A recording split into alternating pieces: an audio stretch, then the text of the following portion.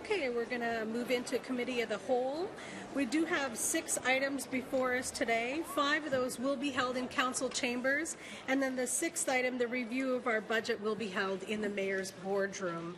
Our first presentation is by Rhiannon Bardsley, Executive Director of the Northwest Youth Services, and she's going to give us a little update on new projects and the housing. Welcome, Rhiannon. Hi, good morning. Is it morning still? It's maybe afternoon. Yeah. Good afternoon. I thank you for having me. I just really wanted to take a few minutes of your time. I know you have a ton of things that you get to learn about and talk about every week, so I didn't want to take too much of your time, but I do want to just highlight the ongoing issue that I'm sure many of you are aware of and hear of young people and older people experiencing homelessness in Bellingham, and how it continues to be an epidemic of sorts and crisis in which we continue to not have a wonderful response to. I do want to talk about, though, the types of things that are happening in our community that are very positive, that I believe we can build upon. Some of those are the programs at Northwest Youth Services specifically. So the city funds, thankfully and gratefully, funds vocational services for young people who are experiencing homelessness, as well as housing programs at Northwest Youth Services, both for minors and for young adults.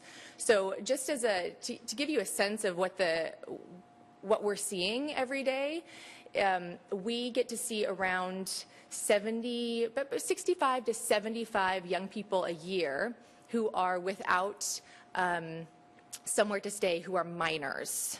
So we're talking about 13, we've even had a 12-year-old, up to 17 years old, who have no families and oftentimes have been jumping from place to place to place. We've had some young people with 44 placements, and ultimately what happens is that these young people run out of options in our community. And so oftentimes Northwest Youth Services and the PAD is one of the last places that they can stay, where it's stable and safe, and there's no time limit there. So lots of other programs that serve minors have time limits.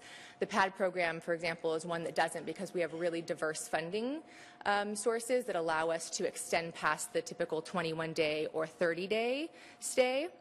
And what we know about young people and families is that oftentimes the cause of what happened and caused them to be homeless is going to take longer than 21 or 30 days to change, or to make it so that place, that home that they could go back to, is safe and stable again. So like I mentioned, we're seeing anywhere between 65 and 75 young people a year through that program. And it's in its 4th year in this kind of capacity.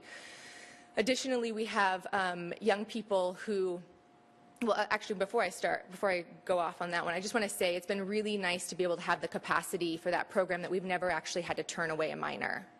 So that is an amazing feat, and not every community can say that.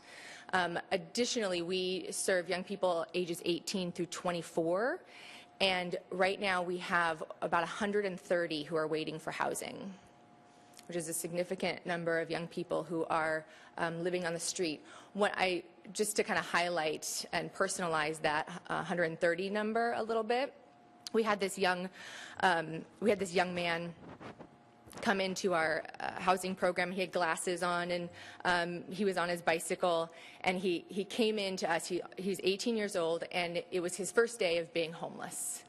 And he was asking about whether or not we had any services for him and what the housing was like. And there were other youth in our lobby that we've known for a long time, who have been on the waiting list for a long time.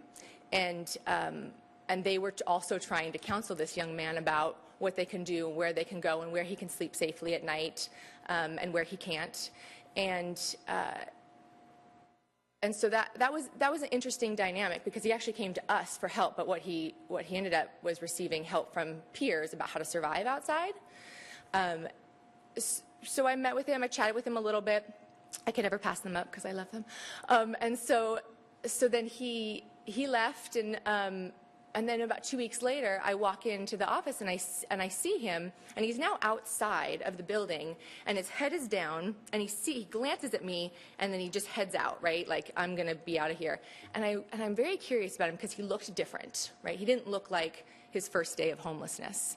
And so I go out to him and I say, hey, I don't know if you remember me or not. I'm Rhiannon. I just wanted to, check in with you. And he looks up at me and he has this huge shiner. And he lets me know that he got into a fight and he had a broken cheekbone, and that he was going to have to go into surgery, and that within his first 2 weeks of being homeless, he earned his first criminal charge. So there's something about a young person who walks in and says they would like to be inside, and a community that says, we'll get to you when we're ready. So, and I know, like, I hear things and I see things, and people say, why don't they just get jobs? And there's so many services out there, and there are. I mean, we are robust with nonprofits and services, yet it still doesn't meet the need that we are currently seeing. So that was the story of just one young man of 130 that we work with and see at one point in time. That's not throughout the year. We served over 1,000 young people, bless you, over 1,000 young people last year, and we're expected to see the same. Additionally, a few years ago, our applications were around 54 for housing, and we exceed 350 applications for housing a year. So it's just, we as a community and as a nonprofit have not been able to adequately affect, intervene, and support individuals who are experiencing homelessness. Some of the cool things that we are doing are offering some prevention programs. So there's a program called the Queer Youth Project that we are offering to the community, and not only does it help keep young people from having to become homeless because of their sexual identity or gender, sexual orientation or gender identity, excuse me. So we offer counseling services to the family and to those young people to try and prevent them from ever becoming homeless in the first place. And then we also, if they end up coming in and accessing services from us, we can actually help them reunite with a family if that is the root cause of why they're ending up without stable, safe housing. So that's a really wonderful program, and we're actually seeing quite success. We see around 100% success with that. Our goal was 75, but every time we can help families effectively communicate with each other and give them the tools to do so, we see success. So that's really wonderful. We don't have enough prevention in this community and in many communities. I'm sure we can look down south and see growing problems all the way down. So the other kinds of programs and services, you're all aware of 22 North. So we are working on that, and that's moving forward, which is going to open up 20 beds for young adults and 20 beds for older adults who are experiencing homelessness. But again, when we're looking at a number of 130 at one point in time of just young people, 20 is just a portion of that. Additionally, we have partnerships that are growing with the First Congregational Church of Bellingham to offer some day services. So that's still in the works and nothing's finalized yet, but we're moving forward with that. So there's wonderful partners in this community that are stepping up to try and help us meet the immediate need of what we're seeing. And so I love being a part of a city where not only the government is involved, the local government is involved, but also faith-based communities and citizens are really trying to come together, because unless we all get together and do this as strong partners and allies, we're just going to continue to see people fall through the cracks and not be able to actually see them rise out of homelessness, which is what a majority of them would like to do. At least the young people that we talk to and ask for services from us. So that's our experience. Additionally, we have the vocational program, so I'll highlight that, and I think I'm probably pretty close to my time. So the vocational programs that the city funds, which are fabulous and is the main supporter of that program, it gives young people who have never had jobs before, okay? So we get young people that are 22, 23, well, they may have had jobs, they just may not be approved by some folk, but they have never actually had a resume, and they have never actually walked in and tried to convince somebody to hire them. That takes a lot of confidence, and that takes you believing in yourself that you can actually do something and that you can actually learn something. And a lot of these young people that we see were not successful in learning. They did not end up graduating high school because the traditional education system wasn't able to support them for a variety of reasons. And so it's really wonderful when we're able to see, we see about 100 young people a year who come in and actually are able to do hands-on learning experience and then figure out how what they learned they can sell in an interview, and they can actually learn how to receive feedback, and they can learn how to not feel like that's a failure if they didn't do it right the first time. And so those kinds of programs help us see young people not just get into housing, which is the first step and is essential, but actually get themselves out of a homeless system, which is what we want to see. We want to see them being able to earn their own income, and we're seeing great success with that. So thank you very much for your continued support in those services, and I will end there. Do you have any questions? Thank you, Rhiannon. Yeah, thanks, Becky. Councilmember Hamel, Lilliquist, did I see any, and Barker? Thanks for coming today and presenting.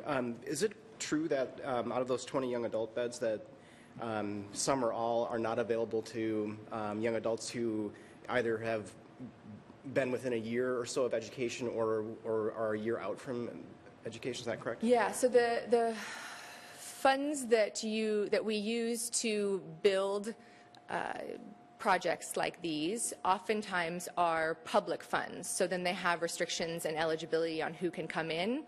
And so what we're trying to do is create some of those units that are built with local private funds so that we can actually house students. So the regulations on the public funds say that if you stabilize, right, and then you want to go to school, which for some people is what we want, right? We want to see 18, 19, 20-year-olds going on and furthering their education. They would have to exit that housing if they wanted to go to school, even part-time. Additionally, if they were in school within a year of them applying for the housing, they wouldn't be eligible for it. So if they had stayed and graduated from high school, but then were homeless, they wouldn't be able to enter that housing program. So we are looking to build some of those units. Now, I will say that the city has relaxed their, or they haven't yet, but they have talked about being able to relax that for those 4 units for the young people, which is great, and they were the first ones to do that. The second, HUD and the state are kind of looking at that too, but really we've got some federal tax credit issues, so any advocacy or support in helping Senator Murray work on changing that law would be very helpful. Thanks. Councilmember Lilliquist and Barker. Thanks, Pinky. Ms. Bardsley, thanks so much for presenting. It's really important work that I hear you doing, especially in the housing realm. But I actually wanted to ask about what you call day services. Yeah. So do you offer what are day services? Do you offer them now, or would you only be able to offer them or expand them if you have this partnership with First Congregational? It's a great question. So when I talk about day services, I'm talking about somewhere where young people can go inside when it's raining, snowing, cold, windy. The windstorm we had affected many people who were living outside. The rats came out and they came into their tents. So having some place for young people to actually come inside, and then they can get food, they can get showers, they can do laundry, they can meet with community, right? I mean, I think that a lot of times anybody who's experiencing homelessness is very isolated and feels like an other to us. And so allowing them to come in and actually intermingle with community members and build relationships is really important and helps create hope and motivation to do something different. So services that are not only just kind of some basic needs, but also that kind of next step to where do we go from here. In terms of day services right now, you're all welcome to come into my lobby, which is about that big. And that's where they come, and sometimes it's standing room only. And we've moved we actually renovated one of our bathrooms to provide a shower so young people can shower there. And then we also took one of our meeting spaces and put a futon on there so young people could sleep, because they often, especially young people who are transgender, don't go to the Mission. They don't feel safe there. And so they spend the evening walking around because there's nowhere for them to safely sleep. And so then at 9 a.m. when we're open, they come in, and then they're able to sleep on our futon in our back office. So those are our day services at this point. It's pretty pathetic, if you ask me. And that's for the whole community. There's nowhere else. So I had a different question, but could you state the numbers? I know there is a disproportionate amount of youth that are queer that end up homeless. Yeah. Will you, just for the people that don't know that might be watching, what that difference is? Sure. There are about 40%. So, and that's not nationwide. What we see is when young people are asked what their gender identity or sexual orientation is, and if their name is associated with it, then it's about 20%. If it's asked anonymously, then it's 40%, and that's consistent. And we're seeing the same thing here. So in Bellingham and Whatcom County. Right. And so that is, let me be clear about that too. So 40% of young people who are experiencing homelessness identify as LGBTQ, so lesbian, gay, bisexual, transgender, or queer. So it's a huge disproportionate population that we're seeing on the street. And they're very vulnerable and feel unsafe. Okay, so my actual question? Sure. Thanks for that clear. I think that's Thanks, really April. important for people to understand that we still have a huge way to go in our society and acceptance, so thank you. As far as the requirements in the city, I know we have our legislative agenda asking for more resources for homelessness and mental services. I'm interested in that idea of relaxing, like have we cleaned house on all of our funding sources within the city, relaxing any barriers that we might have that were unintentional at the time but we put there. So like for this particular one, is there anything that the council can do to help the city with such things that you suggested that we might be relaxing eventually, but where do we need to go? What do we need to do to take a look at those and change what might be a barrier there in our funding source? Yeah, in particular, it's that education piece. And from my understanding, the city was when they can. So if it's federal money that comes down, they can't change it. But if it's local dollars, then there's some flexibility there. And I'll let Tara respond to some of this. One of the things we can do, like we can change timing on spending money. That's within our purview to say, okay, instead of having this money come over a biennium, we can have more of it come in the first year so that we have another year to look for more funding. But I'll let Tara respond. So Rhiannon is correct. Our housing levy, we have a lot of flexibility, and we're going to be flexible to help those 4 units. If we're using, and we do have some home funds that are going to be going into 22 North, there are restrictions, and it really has to do with the federal agencies. I think it's not to prohibit homeless youth going to school, but it was really intended to not have, I guess, the kind of creative, like college students that don't have a home and are out of their parents' house using those sort of resources while they're in school. So hopefully a change can be made at the federal. It would be at the federal level. Yeah. Councilmember Murphy. I just want to say this topic is really near and dear to my heart, as I am the youth director for my Nooksack Indian tribe, and many of the kids that come to our after school and summer program likely don't have a mother or a father or both. And so I just really appreciate that we're also offering some similar services to help these kids out and try to reduce this problem throughout our entire county and community. So I lift my hands to your work, and I thank you. Thanks.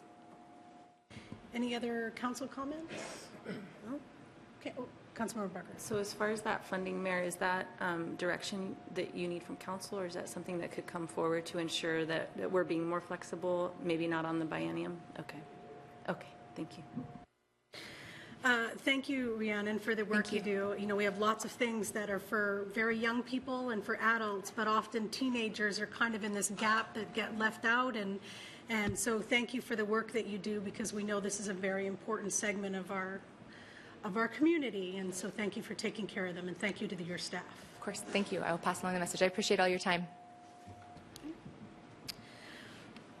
Okay, the next presentation that we have is a discussion of our 2017 legislative agenda, and I'm going to turn it over to Brian Heinrich, our Deputy Administrator. Brian Heinrich, Mayor's Office. Thank you, Pinky. This is a follow-up to some action that Council took in May in adopting the legislative agenda.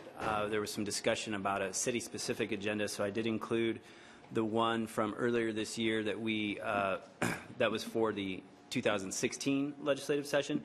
And then I also included the Association of Washington Cities, their identified city priorities. And so where we're at is the 2017 legislative objectives that you adopted in September has been affirmed by the port, and I've got verbal affirmation by Whatcom County that they're fine with this list. Again, the AWC city priorities. So we're really, I think, just following up with, I think it was a comment or a question from Council a couple of weeks ago about the idea around a city-specific legislative agenda. But I did want to give you a sense of where we're at. These are intended to be general, give us some flexibility as legislation emerges.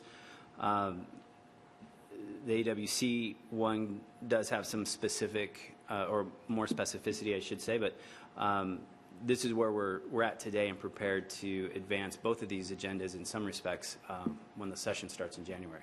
And this is from last year, correct? Yeah, the city-specific agenda is from 2016 legislative session.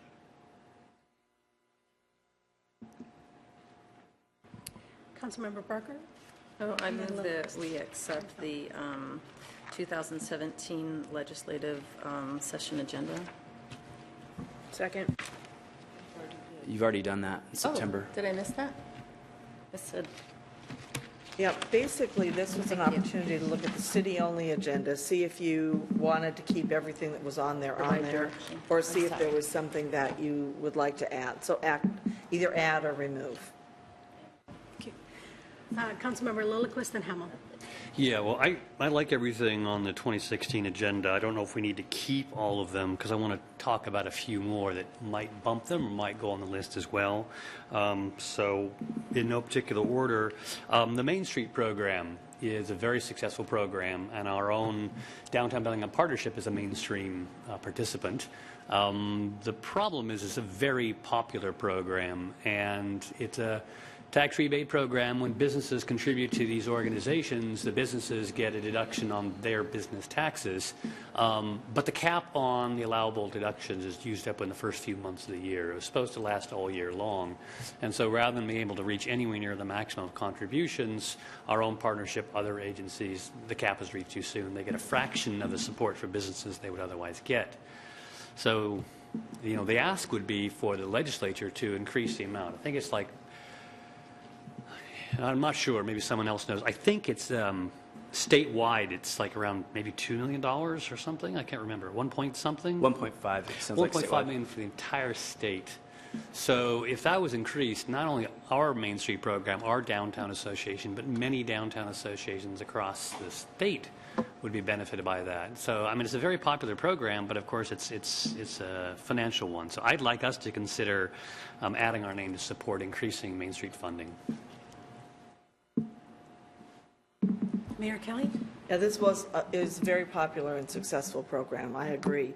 One of the things that we're working with the Downtown Bellingham Partnership on is ensuring that we have things to submit the very first day it's open. There were some problems in the past, whereas we didn't have our projects ready to submit, so we weren't first in line. So whether or not we get more money from the state, and I would say that because of all the problems that the state is having with the education budget and the mental health budget, it might be difficult. But we are trying to take advantage of the money that's there, Michael, so that we can be ready. but there's nothing wrong with asking, asking for that money. Just put it in perspective of what the legislature's going to be dealing with. Councilmember Hamel. Thank you. The AWC report says that the 2017 legislative session will be lengthy and difficult. Doesn't seem to be very encouraging. I'm wondering what shared priorities between the city, Port, and Whatcom County you see as being under particular threat, and if any of the other city-only priorities are would be under threat, or if anything is at cross purposes with each other. Yeah, good question, Dan. I would say, and I'm not trying to be flip, I would say all of the 5 that we've identified are at risk. Certainly, our request for MACA funding is not what we need. It's on the order of about $4 million less than we would need to work on our projects. I think preservation of the projects that we got in the transportation package needs to be right at the top of the list, and in fact it is. Stormwater funding continues to be at risk. We lost funding this past session. AIS is far from certain that funding package will make it to the legislature. Anytime, I think to the mayor's point about the state's challenges as it comes to education funding, anytime we talk about local revenue sharing or any of that revenue that comes to the cities, that's certainly been taken before. We've spent several years trying to get back to some historic levels. And then the last bullet, the criminal justice and social services funding, I think we just heard a presentation on the need just in Bellingham. Imagine what that's like statewide. So I guess I'm sharing AWC's pessimism around that, and I would say that if we were successful in just playing defense, so to speak, on our list, I would consider that a huge legislative victory. Thanks. Mm-hmm. Mayor Kelly. I just want to follow up on what Brian said, because sometimes during a legislative session, it's a do no harm, and so you want to protect what either you have, or in the case of MACA funds for environmental cleanups, we'd like to make some progress. So that's why there are times when it makes sense to not ask for a lot of things that aren't our number one priority. And that's just my personal experience and opinion, because you're right. It's just talking to the legislators. They're in very bad shape. They're planning on being there until July, which I wouldn't. I was there once till July. It's not fun. Mm-hmm. I support all the items that are on our city legislative agenda. The one that may go away if the initiative passes on paid sick leave, but if it doesn't, I would like it to remain, and everything else I'm still supportive. I don't know where the rest of the council's at, but I would like to see those remain on there. Councilmember Lillquist and then Borneman. Actually, let Terry go first. I've already spoken. Okay. Yeah, I kind of agree with you, Pinky, with that. I support those, but I don't think we should try to increase that wish list, because I think we need to concentrate on a couple and try to move forward by adding to I know the last meeting with the Council of Governments, we're going that same direction with transportation projects. Instead of putting those we would like on it, we're highlighting those main ones that we really want to try to get through, even though we want to get them all through, but instead of piling them on as we might have in past years, because the outlook is so poor, concentrating on those couple. Mayor Kelly, and then Michael, I see you. Terry, I don't know if this is a good time to talk about the capital request, because we had, I was thinking we could maybe talk about it in my mayor's report, but this might be a good time to talk about the capital request. So Terry and I are on the jail task force, and we had quite a long session about Whatcom and the fact that the facility, either we choose to put money into it to let it limp along, or we build something new on the site that is available right now for it. And so we were requested by legislators to submit a capital request on a high priority that we'll have to end up spending money on ourselves if we don't get any kind of an appropriation from the legislature. And Terry and I are writing a letter to our legislators and submitting a capital request to the legislature about that particular facility on the capital side. So I just wanted to let you know that. I don't know what the outcomes would be or anything, but certainly it would be a very expensive item for us to have to fund by ourselves if we don't get our partners to join in. I don't know, Terry, if you wanted to say something about that. No, I think you pretty much summed it up. Councilmember Lillquist. Thanks, Pinky. So the mayor raises a good point. Not all of the funds down in Olympia are in the same pot. And I think that needs to be kept in mind. For example, our aquatic invasive species request, that would be a fee support program.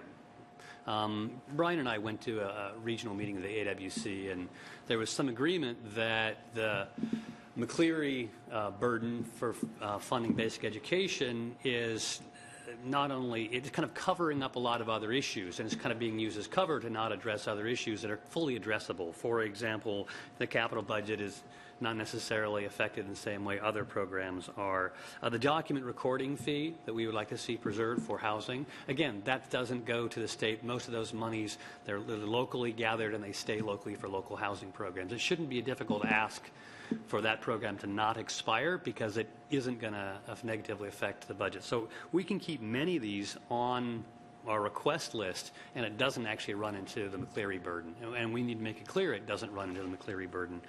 I do want to ask about the 2015 transportation package, because as Terry mentioned, the COG just approved a new transportation list. That wasn't the 2015 list. What is on the 2015 list, and how does that differ from the current Council of Government approved list? Yeah, so good question.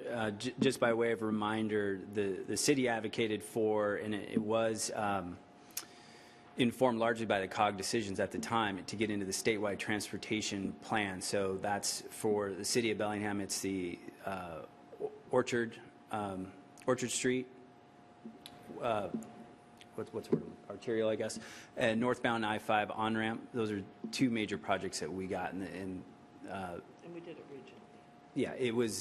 Those were projects that were also affirmed by the COG prior to 2015 session. So that's what I'm referencing as that was the statewide transportation package that was adopted in 15. So what the COG recently adopted, I believe, was just a prioritized project list to send forward for transportation dollars, because there will still be transportation projects outside of that specific package. Does that make sense? Yeah, and that's where I kind of wanted to go. So the Council of Governments ranked 4 projects highest. That was the limited request Terry is referring to. There's actually like 8 more projects that we're forwarding, but the Council of Governments is saying, those aren't our highest priority. Please focus on these 4. And it seems to me that some of those should be added or could be added to our list. One of them, for example, is funding for WTA and other transit agencies for routes between counties. It's kind of a gap in funding. Who pays for the in-between counting? That request does not compete with general fund dollars. There's a separate pot of money that would come with. We can certainly add our support not only to the COG, but individually support WTA for that request. The university is, and we're supporting them in a request to make improvements on the Lincoln Street area, where they have a park and ride. Pedestrian and safety improvements, as well as others. That apparently comes from a slightly different pot of money. We could make that request.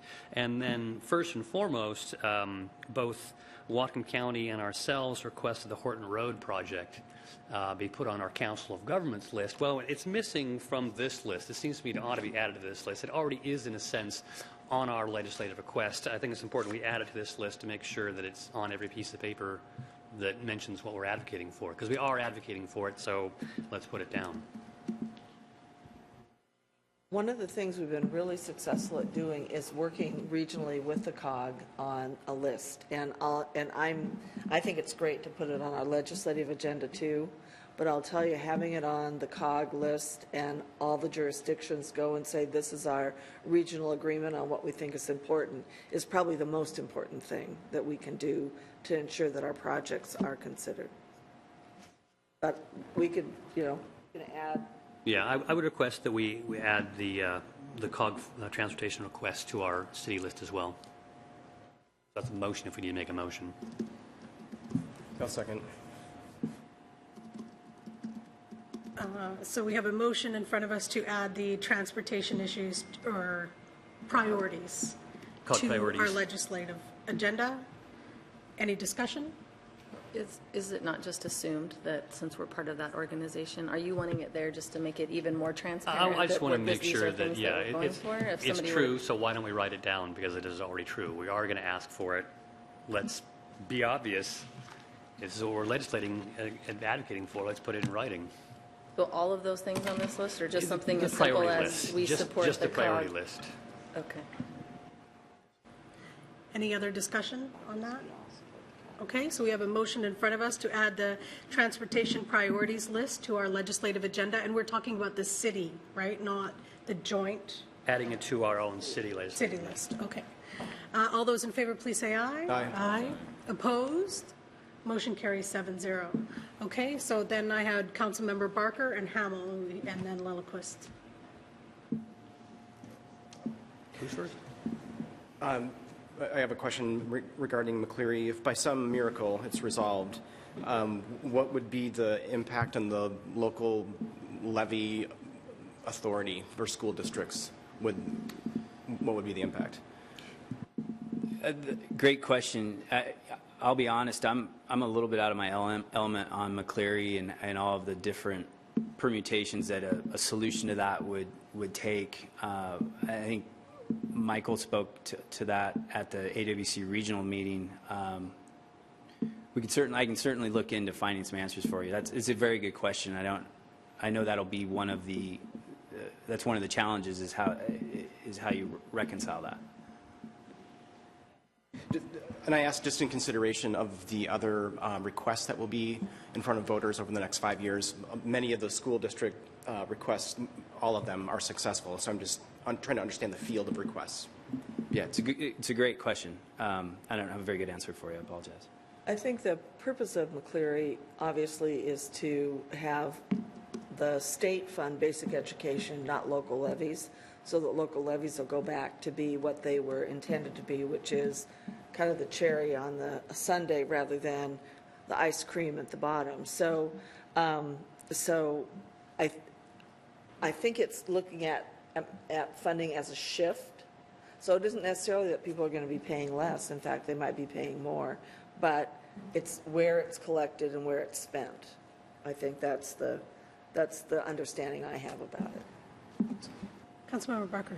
Okay, so after attending the jail funding task force, I've wondered if, and I know we don't want to necessarily add more things on, but one of my concerns is that we're going to end up with the sales tax in the funding source because of the limitations, and we can only use the property tax for capital facilities, and then we have to go use a sales tax for operations, and to expect both of those to marry up and pass, it's more unlikely. So that to me seems like at the state level there needs to be some changes in how we can use those funds. Is that something that we could add onto our agenda, in the sense that I'd like to know that we're being proactive, in that if we have to go after only a sales tax, knowing how regressive it is, because our hands are tied on the way those funding sources are, because it's my understanding you can only use the property tax to build, but you can't use the property tax to operate, correct?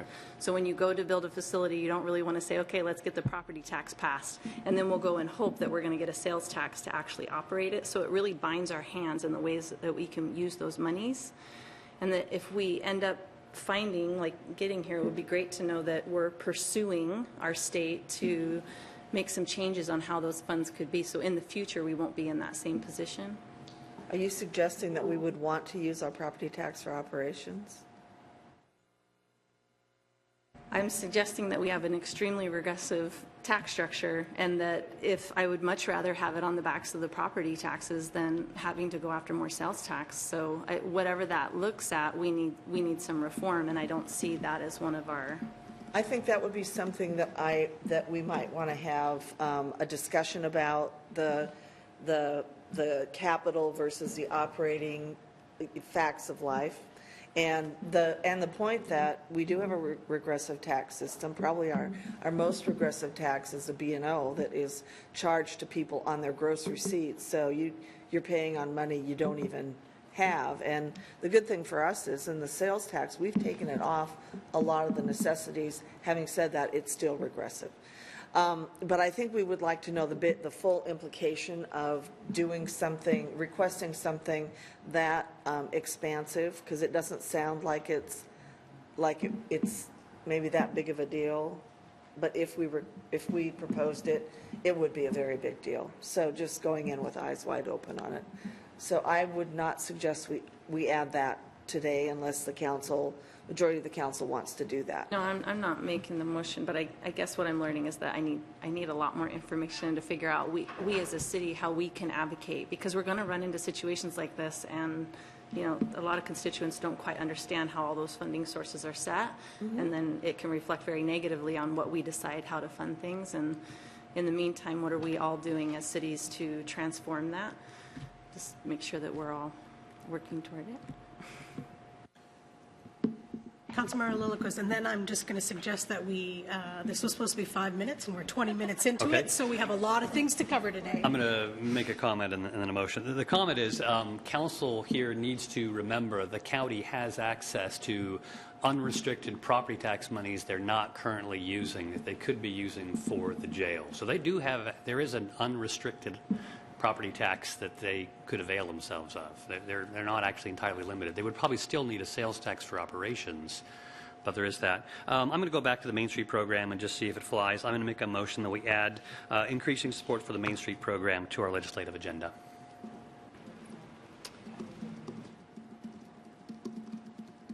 Somebody want to second that or not?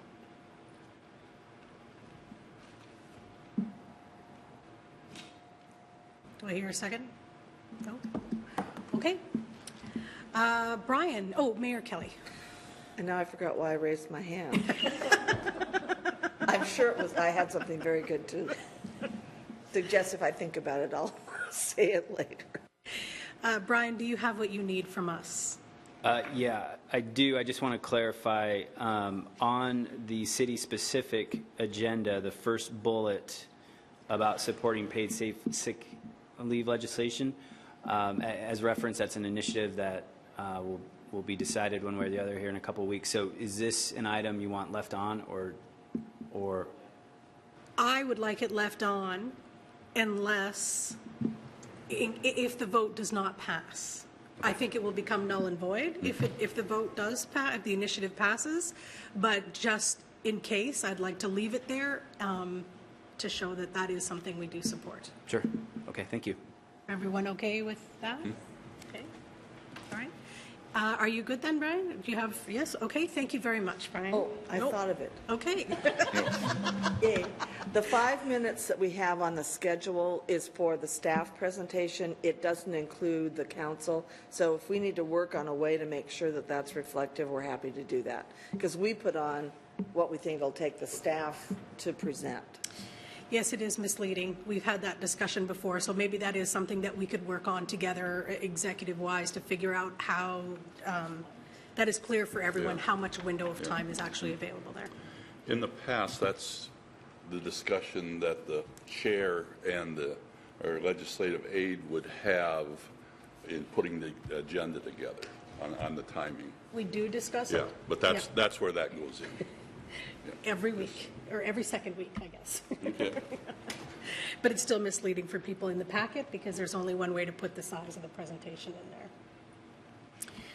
Okay, the next item in front of us is a waterfront district implementation status report. And we are going to have a presentation by Tara Sundin, and it looks like you've got a little team of people to help you out, Tara. So I'm going to let you introduce your staff. Great. We have 2 items for you today. The first is the Whatcom Waterway Park. Gina Austin is going to be presenting the conceptual plan to you today, and the Parks Department seeking direction from you to keep on that pathway. And then I'll be providing an update on Harcourt Development's visit to Bellingham earlier this month and some of their plans and next steps. So Gina. Again, I'm Gina Austin, and I'm a project engineer for the City of Bellingham Parks Department. We have a short presentation about work to date on the new Whatcom Waterway Park, and I'll show where that is in relation to the waterfront district. Just an overview, I'm going to just talk about what we've done so far for public outreach. I'll go through the park design and talk about how we're incorporating art into the project. And then we will end with schedule, and then I'll turn it back over to Tara to give additional update about other waterfront developments. So just to get ourselves oriented to the area that we're talking about, Whatcom Waterway Park is right next to the Granary Building. So in oblique aerial view, that's it. It includes a portion, actually includes all of Central Pier. It includes an area behind the Granary Building and then this piece of land here. So this is what we're calling the initial development of Whatcom Waterway Park. It's not the entire park, it's just what we have funding for. Altogether, this area is about 1.5 acres, maybe a little over, but that includes the pier as well. Public outreach to date, we've had 2 public meetings, and we're planning on having another public meeting next month. And this is in addition to the council updates and all the other public outreach that we've done. These are just the meetings. We did form a steering committee, and we've met twice, and we plan to meet tomorrow again, and we'll probably have a final meeting after that, where we have gathered input from stakeholders and the public, neighborhood associations, all in just getting feedback on the design of the park. So to date, I think the last time we were here, we showed you a conceptual plan for the park. It included entire upland development with no beach. We had a kind of a tiny dashed line where we outlined what we would do if we removed an existing bulkhead here and created a beach. And since that time, we've been working cooperatively with the port, and we're looking like we're going to move forward with this beach option. So we had to take the conceptual plan that we developed, and we had to modify it for the beach. I think the beach is really an important component of the park for waterfront access and views. So again, there is an existing bulkhead. It's about 150 feet long here. We would be taking that out, and we would be creating a beach that would look somewhat similar to what we did at Boulevard Park, not as big, but just the shoreline gravel and the backshore sand. We do have kind of a, one of our design constraints for this area of the park is the road sits at a higher elevation than what's currently out there, and we're having to slope this park down while making all of these pathways accessible and transition to this beach area, which is actually a cut in the grade. So we've done that. I think our designers have listened to the public from our public meetings and our steering committee meeting. The top request from the public was really just to have a multi-use lawn, picnic areas, incorporate art, creative play, trees, and pathways, and we think our landscape architect has incorporated that into the design. So here's a play area, some open space and lawn areas, and then these pathways that don't have dead ends that meander around the site. We're also looking at improvements here next to the Granary Building. So this is all open space to the park. This isn't any private space that goes with dining or anything like that with the Granary Building. And then improvements along Central Avenue. We're looking to keep the water side open, but this is such a large space that we wanted to make it feel more accommodating for pedestrians. And I'll show you what this area looks like in cross-section view. And then there's this gap area between the Granary Building and the pier, and that's kind of an impediment to public access in this area and even accessing the Granary Building. So we're going to be filling in this area with a pier structure. We do have the in-water work for this area out to bid right now, where we would be driving piles and doing some shoreline improvements in this area only. And so we'll be coming to you next month with a bid award for that. If we didn't bid it now, we would have to wait a whole additional year to get this work underway. So we wanted to get the in-water work done right away so that we wouldn't have any stalls or impacts to development of the Granary Building. And these photos are just some precedent photos that show some of other sites of what we wanted to incorporate into our park design. In areas near the beach where we've got to retain the existing upland soils, we're looking at, instead of having vertical retaining walls, we would have these planted, some sort of plantable wall. And this is an example of that. Looking at incorporating some artifacts from GP into the site, and meandering pathways, an area for play, and an example of an open lawn area. So just taking a closer look at Central Pier and what we want to do in this area. Here's Central Pier in cross-section, granary buildings on this side. So this area right now is currently open. We're looking to drive piles and have this infill panel, so extension of the dock. We have an elevation change here just to break up the space, but also get people at the same threshold elevation as the building. And it makes the space feel, just gives it some interest to not have this be one big open flat space. So in cross-section of this area, this is the pier, what we call the pier infill panel, and again, granaries on this side, so this sits at a higher elevation than existing Central Pier. So we're looking at some seating, some planter areas, and we've taken crime prevention through environmental design approach to this area. So while we do want to break up the space and have some landscaping and all these design elements, we want to make sure that there are clear sights and views into the park and into this area where we're not creating any hiding spaces or anything like that. So up in this infill panel area, something our landscape came up with is these wood ledge tables that you can lean on. So if you go into the cafe and come out, you've got a nice view out this way.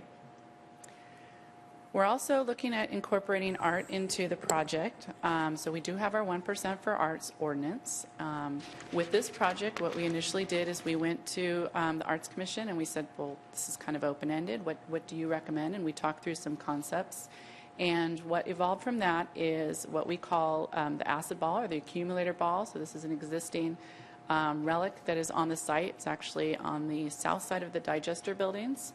And this evolved into how we would incorporate art on the project. So we're looking at moving the acid ball to the park, and we had a call for artists to do something with this. So it wouldn't just be art sitting on its own. We want to see some interpretation or some embellishment or something to this structure. So the call for art closed October 3rd. We had 35 submittals through the jury and Arts Commission process. We've narrowed it down to 3 finalists, and the port will be surplusing this piece to the City of Bellingham, and a final selection will be made soon. So that's going through the Arts Commission process.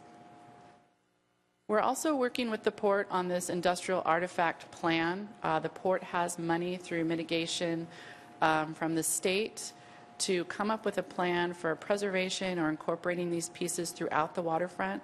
So a city team and a port team is looking at all of the artifacts on site and has some funding to come up with a plan on how these would be incorporated, or maybe even implementing some of this, but mostly it's just looking at the plan on how we could have these pieces throughout the waterfront.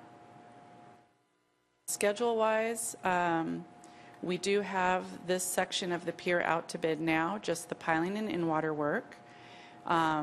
This winter, we'll have the area 1 out for bid and starting construction. So our goal is to have the development around the granary done as soon as possible, so that we're not disruptive to them bringing tenants in and them renovating their space. So this would be Harcourt developers. Next phase would be to work on the Whatcom Waterway Park Area 2. That would probably be a later spring project, maybe later than that, going out to bid. That would be the park and starting the beach construction. And then out in the future would be Area 5 for continuation of the park and continuing the trail. The Granary Avenue and Laurel Avenue are broken up into 2 phases, trying to get construction near the granary done initially, and then finishing off the rest of the streets, because it's a very big project with all utilities and everything that needs to be incorporated into the streets. And that's it for the park. And also, I didn't really outline this. Here's the acid ball, the proposed location of that. So I'll turn it over to Tara to go on with the rest of the presentation.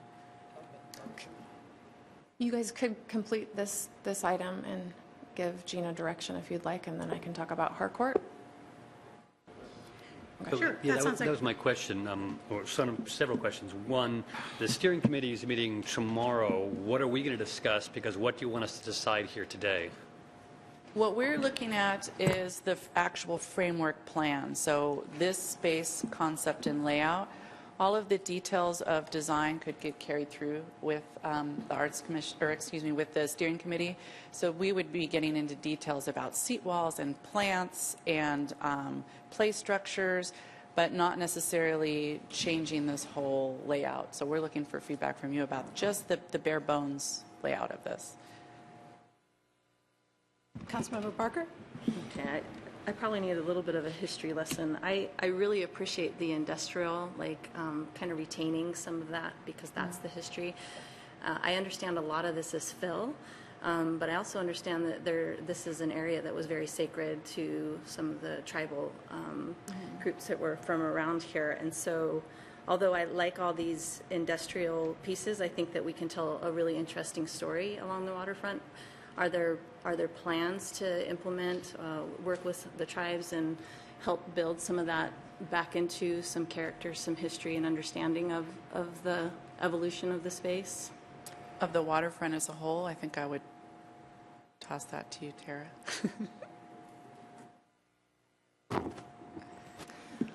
I do know that the Port of Bellingham has been talking to Lummi about some sort of opportunity for them to partner on some property. So far, we have not talked about incorporation of Native American art. This is our first piece, though, in 20 or 30-year planning. So there certainly are opportunities like Cornwall Beach Park or other parks within the site. And we did consult with the Lummi tribe for this work in this area. So I understand that they came down to the site and took a look at a few things, and the feedback that we received is that they were okay with us moving forward, but that was just project development. It wasn't really talking about anything else. Yeah, and I wasn't just referring to art, but we had discussed history and only talking about history to a certain point, and it would be, for me, very interesting to have pieces that help explain the evolution and the history of the area. So people are aware of not only was it an industrial site, but this was also a very different place long ago.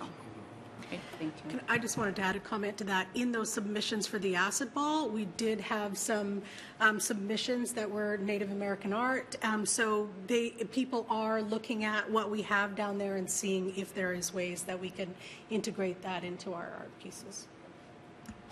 Councilmember Lillquist. Yeah, about 3-4 months ago, the Greenways Advisory Commission, when looking at monies that won't be spent on the Overwater Walkway, actually recommended, considered moving some of those funds to expand this Phase 1 project. There was an earlier slide, I think you labeled it number 5. Could you go back a slide or so? So, oh yeah, not quite so, no, it was closer to where you were. Yeah, number 5 right there, that would be a future park trail to be determined. Greenways Advisory Commission said, you know what, we could maybe accelerate that and add that to Phase 1.5. I'm just wondering, you know, when is that recommendation going to come forward to the council? They gave a presentation, Greenways did, this month, I think, and again, they mentioned that they're interested in accelerating this particular piece of it. Yes, and we have added to the original Phase 1 park with the beach that Gina mentioned, with the infill panel, and actually it's a larger first phase park than the original. In the original sub-area plan, the size of the park was a little bit smaller. So we're already expanding it and planning to use some of those Greenway funds. When we finish this phase, we can start looking at going on to the next phase soon. We can come to council maybe after the first of the year with a proposal to spend more of that money to go with what's shown as Phase 5. Well, I think that should come forward because our advisory commissions have already recommended it, so now it's time for us to take it up, I think. Councilmember Barker. So I attended one of your meetings, and one of the members brought up a great point that they didn't see a restroom in this area. I realized that there's been talk with Harcourt to allow for public restroom facility. However, Having been to other parks where there's a supposed agreement and finding out very often that that restroom is closed to public or there's some confusion, do we have a written agreement that the bathroom will be available to public from dusk till dawn? So we do have a public restroom about a block and a half away from this park in Maritime Heritage Park. I have young children, so that doesn't help. So, and then we've had a conversation with Harcourt when they were here, and they have every intention of providing restrooms in that building, and their tenants providing restrooms in the building for the public. But we don't have a written, agreement. We can't require Harcourt to do that, but they are very cooperative and understanding. Yeah, I think it's a different lens to look through, but if you have a physical disability or you have young children, you're single, saying you can go a block and a half away, especially to a park that we already have a lot of issues at, I think I'm concerned that we're going to leave this open. If it's very easy to, as things go on, and we have the permittation, we have the money, we know that we're going to put a restroom in there if things don't work out, but I personally would like to see a plan incorporating that, because if you've ever been with somebody who has a disability, I think expecting somebody to go a block and a half, across the road and a railroad as well, I don't think that's very appropriate, personally. We are putting the utilities in place. They will be stubbed to the site in the event we decided we needed to add that. I'm thinking of Fairhaven, where many of the businesses have public restrooms available for the public to use. And then when we go all the way down past 5, there's another bookend park at the other end, which would be far enough away that maybe we'd also consider having a restroom down there. It's a big impact on the budget to put in a public restroom. I hear what you're saying, and I think it's important to have restrooms nearby. And based on what Harcourt said, there would be restrooms open to the public in the Granary building. So we'll see how that pans out. And they also, will you point to the building, the residential buildings? I'm going to be talking about their plans, but right in there. They did say they would be willing to coordinate with us and provide some space for public restrooms in that building as well. But, there's some real management. I think you guys are aware of Maritime Heritage Park and managing restroom facilities that are just publicly owned, and so they're not being staffed like a restaurant might staff. So we talked as a group and with the developer and thought we probably need to see how this place is going to function for the first couple of years and before we start putting in that permanent facility. Does that make sense? Okay. Councilmember Hamel. With regard to Lummi Nation's concerns around new in-water installations, how are the infill pilings and any other new in-water installations being affected? We completed consultation with the Lummi tribe for this area, and there was a no objection letter issued from them for this area.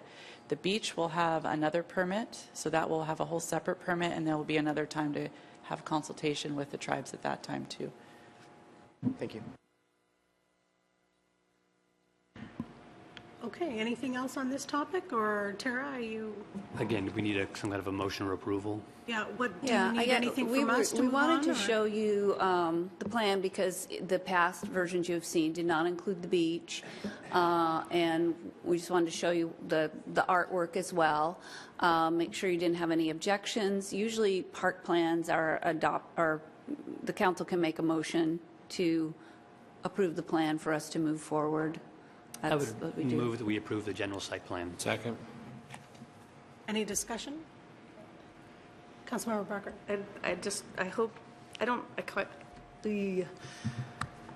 I think it's great that we're going to have the piping and the infrastructure there. I really want to have a plan forward for when we start getting the calls of like, what were you thinking you didn't put a restroom here?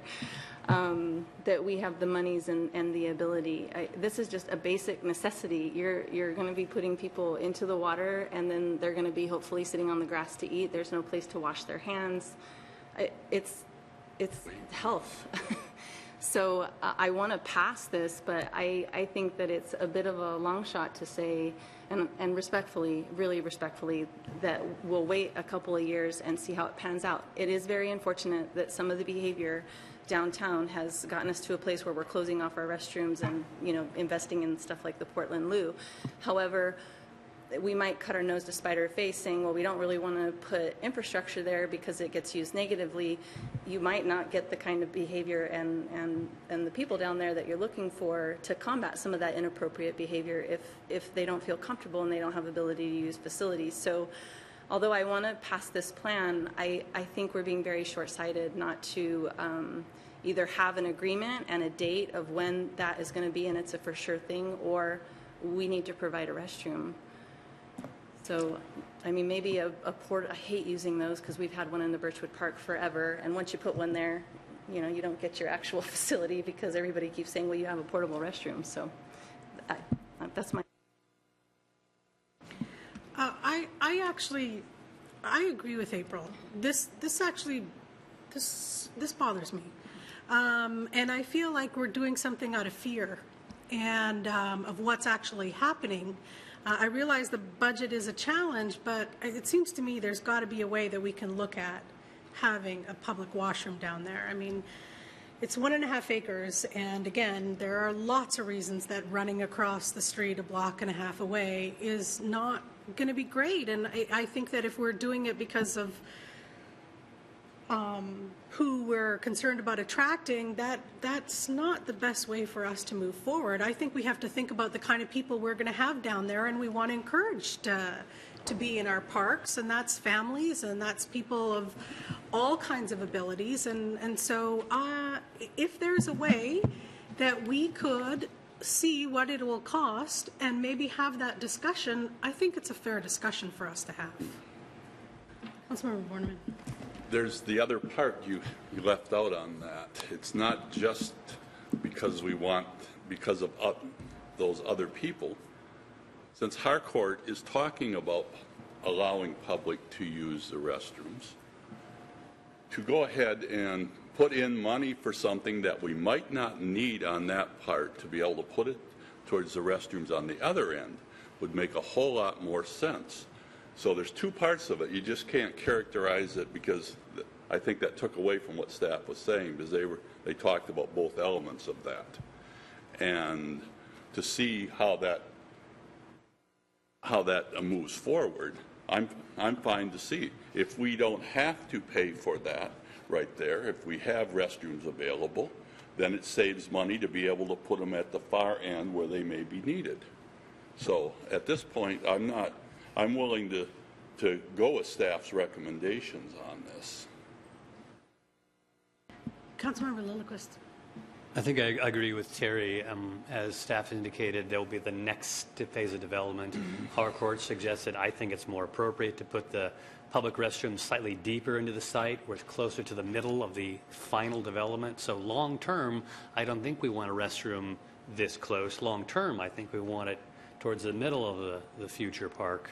So the fact that there will be, by all intents and purposes, a restroom available right at the entrance to this park, and later one deeper into the park, I think we've got a good long-term plan, and that plan will fail if neither of those two other things happen. But right now, that's the intent. So right now, I'm comfortable approving it without a permanent bathroom in the plan. Okay, we have a motion in front of us to accept the parks waterfront plan as presented. All those in favor, please say aye. Aye. Opposed? No. Nay. Okay, so motion carries 5-2.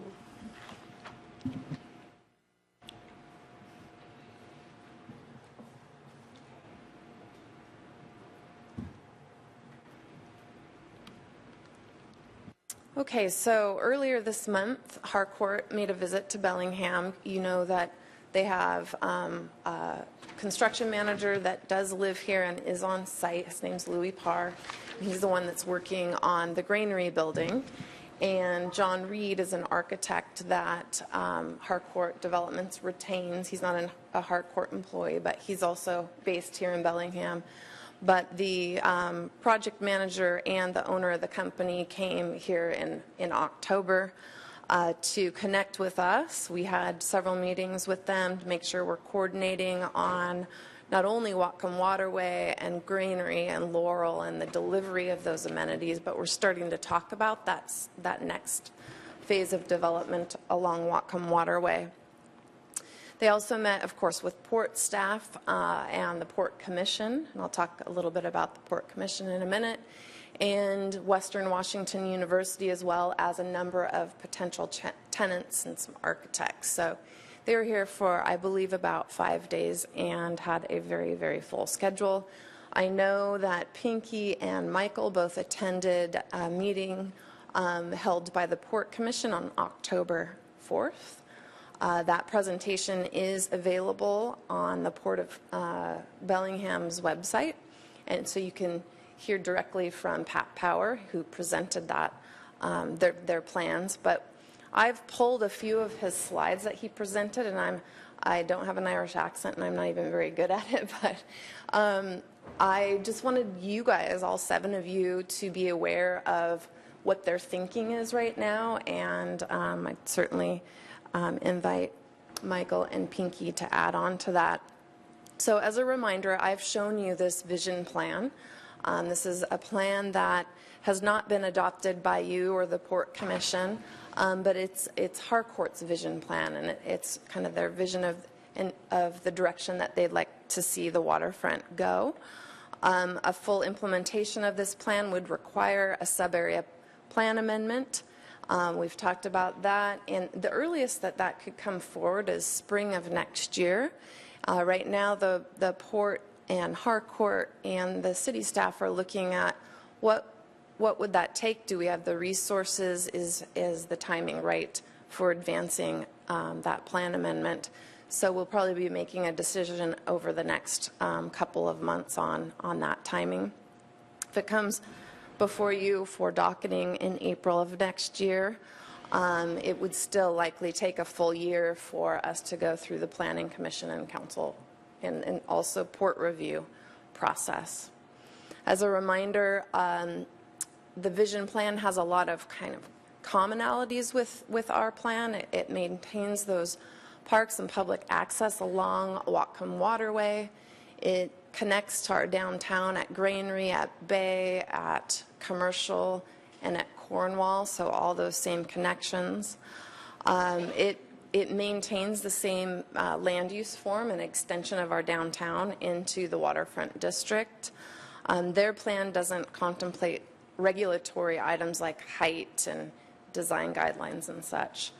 The common kind of the differences, I guess, between the adopted plan and this plan is the alignment of the grid, the street alignment. It's more aligned with the adjacent downtown, and the park shifts from a park that's oriented this direction to this, connecting Granary down to Cornwall Beach. It also strengthens the board mill building. If you recall, the board mill building is called out in our sub-area plan, but it is on property that's slated for Western Washington University. Western has indicated they're not as interested in rehabbing the board mill building, but Harcourt Developments is. So that's actually an item that's before the Port Commission. The Port Commission is going to need to decide and work with the university to see if they're going to move that university property to another location. So that's a decision that they'll be making, I think, in the coming months. You know that the Granary building is under construction. It looks much different than this image now.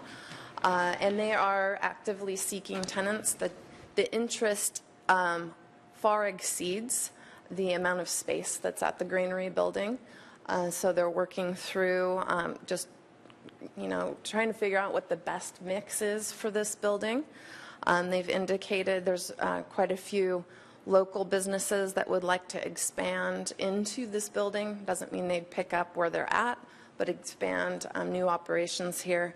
The upper floors are slated for office, and the lower and the new annex, there's a new building that's going in kind of where this was the old, long time ago, a fish market. And the new building will take up that footprint there, and that's going to be a lot of restaurant, kind of brewery bar type scene. And this is the project that Gina and Fritz, they're really trying to make sure we align our construction schedules so that we can get out of the way of the tenants that need to come in and do their tenant improvements. So that's where there's a lot more. It's a little trickier on phasing because of that building. So Harcourt presented a number of different projects, and they haven't nailed down exactly. They actually in November, I think, they have to present the Port Commission with a proposal on exactly what building is going to be the next one. But they presented several options, and I think that they kind of want to keep things a little bit flexible and let the market kind of dictate exactly what building mix happens next. But most likely, it's going to be along Whatcom Waterway. So Granary Avenue runs right along here, goes in front of the board mill. And their vision for this building mix is condominiums. It would be great to have people be able to purchase units in our city center. There's very limited options for that now. And then the ground floor is going to be a mix of retail and commercial space. They're going to try to have that mix on Granary Avenue, but also along Whatcom Waterway, so there will be an active interface along the waterway as much as possible. This is the area that I had mentioned that we need to begin coordinating, and there's some decisions that need to be made before we can proceed into detailed park design, like the depth of these building pads, as well as this is an old pier that call it the GP Pier, and it's owned by the Port of Bellingham, and they need to make some decisions about how much of it gets removed, if it gets removed, if all of it will be removed, and so they're thinking that through. So those are some decisions that we'll be coordinating with both Harcourt and the Port on. So this is kind of looking at a different angle. The site, this is the Granary building. This is they call it the Gateway. I don't think they won't be naming it that. We've let them know there's other Gateway buildings in Bellingham.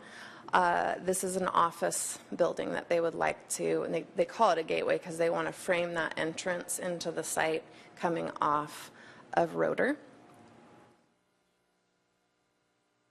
And then this piece here, they refer to as a retirement village.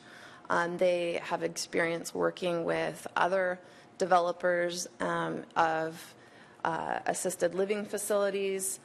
So they're working on some conceptual plans for this use on the site.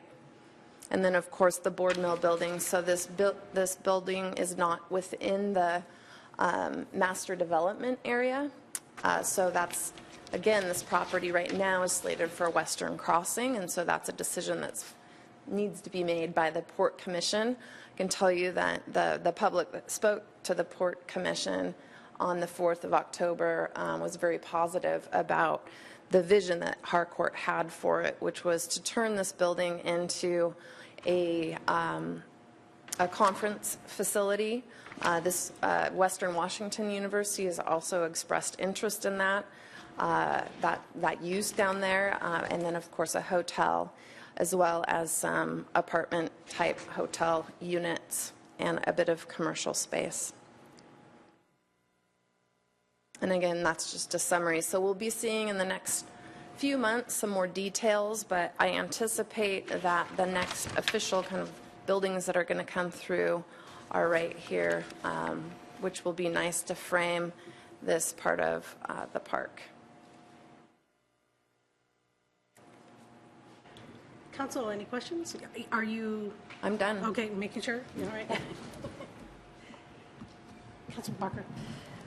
When is the appropriate time to have conversation regarding the living units and deed language for light and noise to ensure that we're not going to be having complaints on? It's very clear and transparent what you're getting into whenever you're on a working waterfront, and the possibility of implementing our inclusionary zoning that we're adding into the comprehensive plan now to ensure that there's multiple levels of social economic living there. So when is that? Well, a lot of those discussions happened before we adopted the plans. So there are already in place, the planned action ordinance calls for certain methods of construction because of that train, the proximity to the trains. And so that is a design standard, I believe, that needs to be incorporated into the building designs. And then as far as inclusionary zoning, there is an affordable housing mix that is part of the development agreement that we have with the port, and that development agreement and the terms within it transfer to future property owners like Harcourt. And I don't have the document here, but I believe it's 10% of the units by a certain, and I can get this to you. I used to know this, like every little detail. I think it's 10% by a certain, not year, but phase, and I'll send it to you. Councilmember Lopez. Oh, is it Councilmember Borneman? Do you have your hand up? Okay. Yeah, I was just trying to figure out on the waterfront residential slide. That slide goes like it's right to the edge of the water. The building wouldn't be fronting the water, would it? There's going to As be... opposed to a park fronting in Right. front of it? Right, the city actually does have rights. I know it on that, but this doesn't show that. So And we talked a little bit to Harcourt about that. I saw that. It doesn't jive with this. This is just, think of it as the general area. Okay. The gentleman presenting this, they think pretty high at this altitude, and yeah, the pier itself is right here. This is owned by the port, and then the city has rights pursuant to the interlocal agreement with the port to acquire property to connect all the way through. So there will be Greenery Avenue, buildings, park, water. Okay, that's what I had assumed, but with this, it just made it look different, and I wanted to make sure that that is. Councilmember Hamel, and then Lillquist. Or sorry, Lillquist and Hamel. So are you just looking for feedback at this point? This was really for your information. I wanted to make sure you were being presented with a little overview of what Harcourt's doing, but it's not to seek Okay, well, so my reaction is people need to realize this, what we're seeing here is only 1/4 of the entire waterfront. Yes. What we call the downtown portion of the waterfront. The rest, commercial, the maritime area, the shipping terminal, that's all not part of this. You know, I don't have, I think that overall the buildings look boring, but I'm sure that's just conceptual. But what I see is what I think is a better street grid. I've always preferred this orientation, so I have no problems with that change. It's the same or more parkland, I think, by acreage. I have no problem with that. I actually appreciate bringing the parkland deeper into the property. That was a struggle I think we had in the waterfront plan, is that some of us saw value in the parkland. Other people wanted to minimize it and provide more development, but I think these developers understand that the parkland actually makes the development more valuable. It doesn't detract, it actually adds to it. And I also want to say I'm glad to hear, but kind of not surprised that the interest in the greenery is healthy. Again, that was one of the points of skepticism that we fought during the waterfront plan. Should we tear down all the old buildings? No, they're actually quite attractive to people. The board mill building, it's a beautiful picture of it, but people have to realize that I don't think people understand the scale of that. That's not a 2-story tall building. It's a 4-story tall building divided into 2 stories. The stories in there are huge industrial scale things. And so when Harcourt thinks about redeveloping of that, they're thinking about putting in mezzanines and other layers. I mean, it's a huge building with enormous potential for a variety of things. It's much bigger, I think, than the picture, people may think it is. Councilmember Hamel. Just a point of clarity, is the retirement facility intended to be a secure facility that could accommodate people with dementia, or is it kind of just open-ended at this point? I actually don't have any of that kind of detail. No. I think it's too early, even for them right now on that one. Councilmember Knutson. I have to say I'm amazed at where we are today and where we were when we passed the waterfront plan in 2013. We're actually seeing things happening, and I think that's why the community, the port meeting I hear was greatly attended. People were excited. Sure, there'll be a lot of interest and a lot of hearings coming up on what goes down there, but the fact that we're having that discussion and people said nothing would be developed in 50 years, it's happening now, and it's a testament to the port and to the city and everybody working together that, like I've said before, this could be the future of not only the city but of Whatcom County to have this waterfront redeveloped. And Terry and I were there from the beginning when they stood up and said they were going to condemn the stuff down there and take it over. It's just amazing we are where we are, and I'm happy to see it go forward. It's long overdue, and I know everybody's excited about it. So thanks to everybody involved. Any other comments? Do you need anything else from us, Tara? Okay. Okay, so we will move on to thank you very much, by the way. We appreciate the update. It's nice to know. People ask us all the time, even though a lot of things are in the port's hands, they always ask the city what's going on. So thank you for that. Our next item is a committee of the whole work session on our draft 2016 comprehensive plan. We're going to have a continued discussion, and public comments received October 17th will be summarized and responded by staff. And staff requests for council to direct staff to bring back an ordinance adopting the 2016 comprehensive plan for November 7th. And with the rest, I'm just going to lead that. I'm just going to hand that over to Rick Sepler, our director, or am I giving it to Greg? Rick, I'll let you hand it off. How does that sound?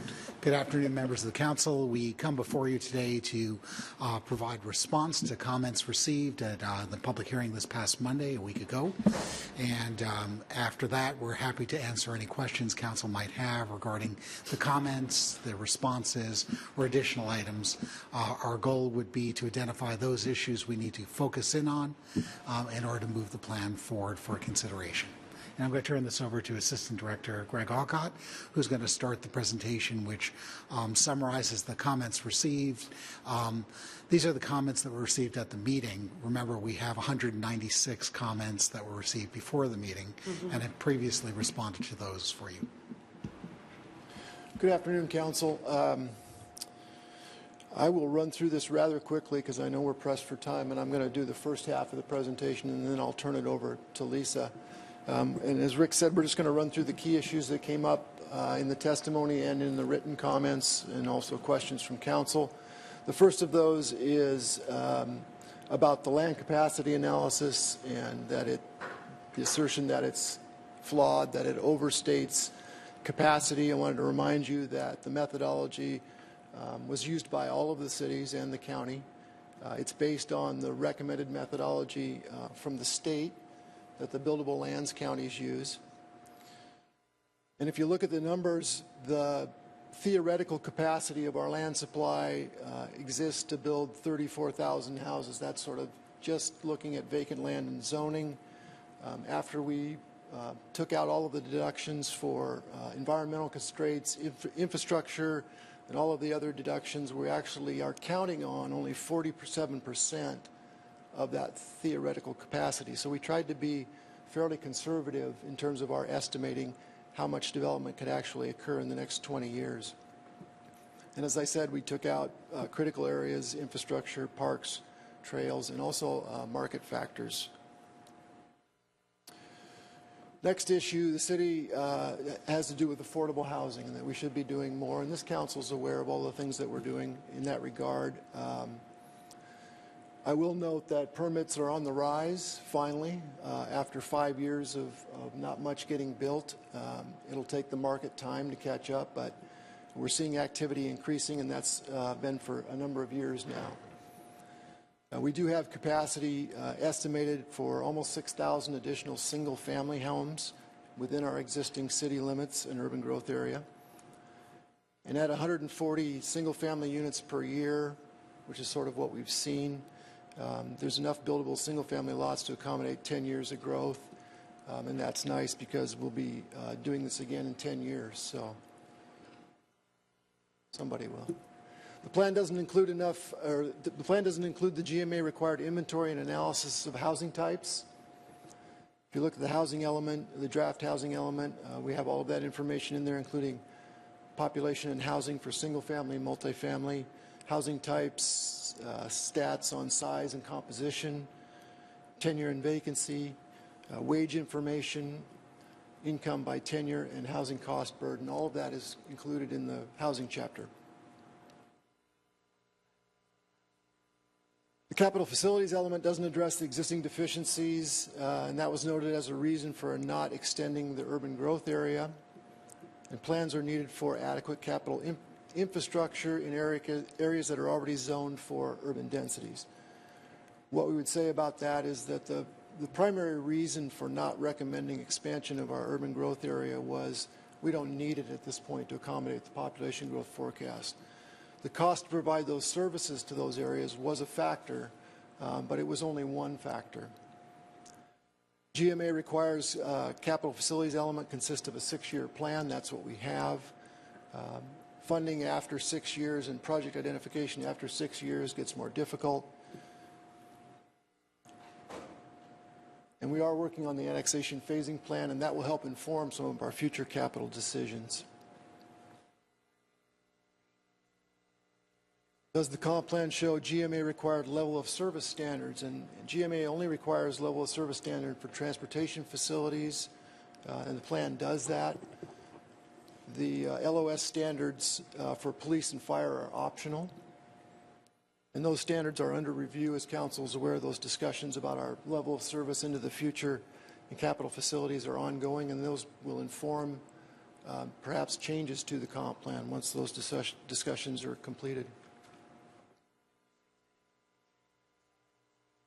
We heard that the Urban Fringe Subarea Plan has not been updated as required. The Urban Fringe Subarea Plan is a county document.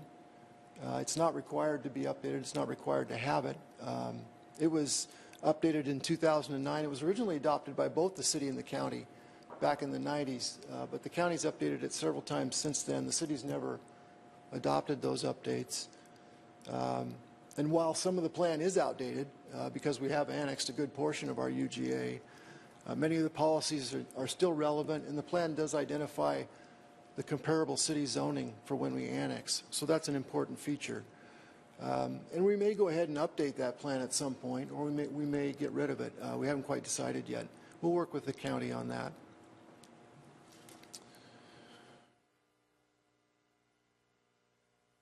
Is the comp plan in full conformance with the countywide planning policies? Is it consistent with our neighborhood plans? And is there internal consistency between the land use and capital facilities plans? Staff has reviewed those questions. We believe that the plan is compliant. Has the city enabled urban development in areas designated for urban growth during the last 20-year planning horizon? We've approved, this council's approved 9 annexations since 2006 when our comp plan was adopted, totaling almost 1,500 acres. We've enabled urban development in those areas.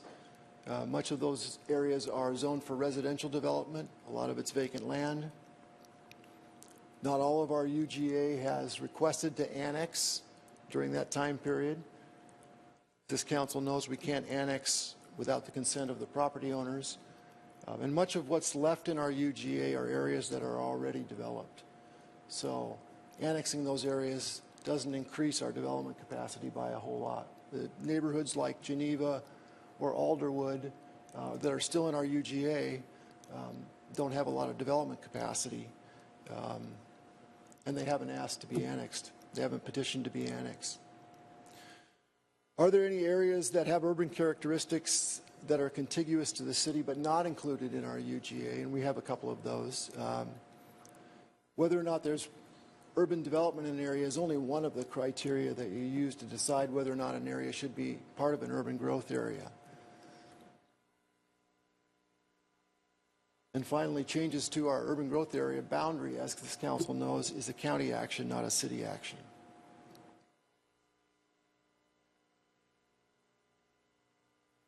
I think is that your cue, Lisa? Yes. So let me turn it over to Lisa Poole, and she'll take you through the rest of the staff presentation. Good afternoon, Lisa Poole. And I just wanted to reiterate that in the dark black are the assertions that were made by the public during those aren't our words. Those are the public's words, and then underneath that are our responses. So the next assertion is that there's no reason that single-family housing demand should or will change. Of course, we understand that single-family demand will continue to be strong. However, through our research, we also know that there's a high need for a lot of different types of housing options to meet the preferences of Bellingham's diverse citizenry.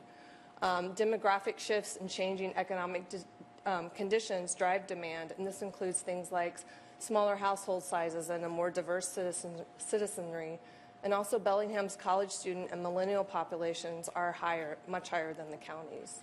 And the city's policy direction is to grow more compactly.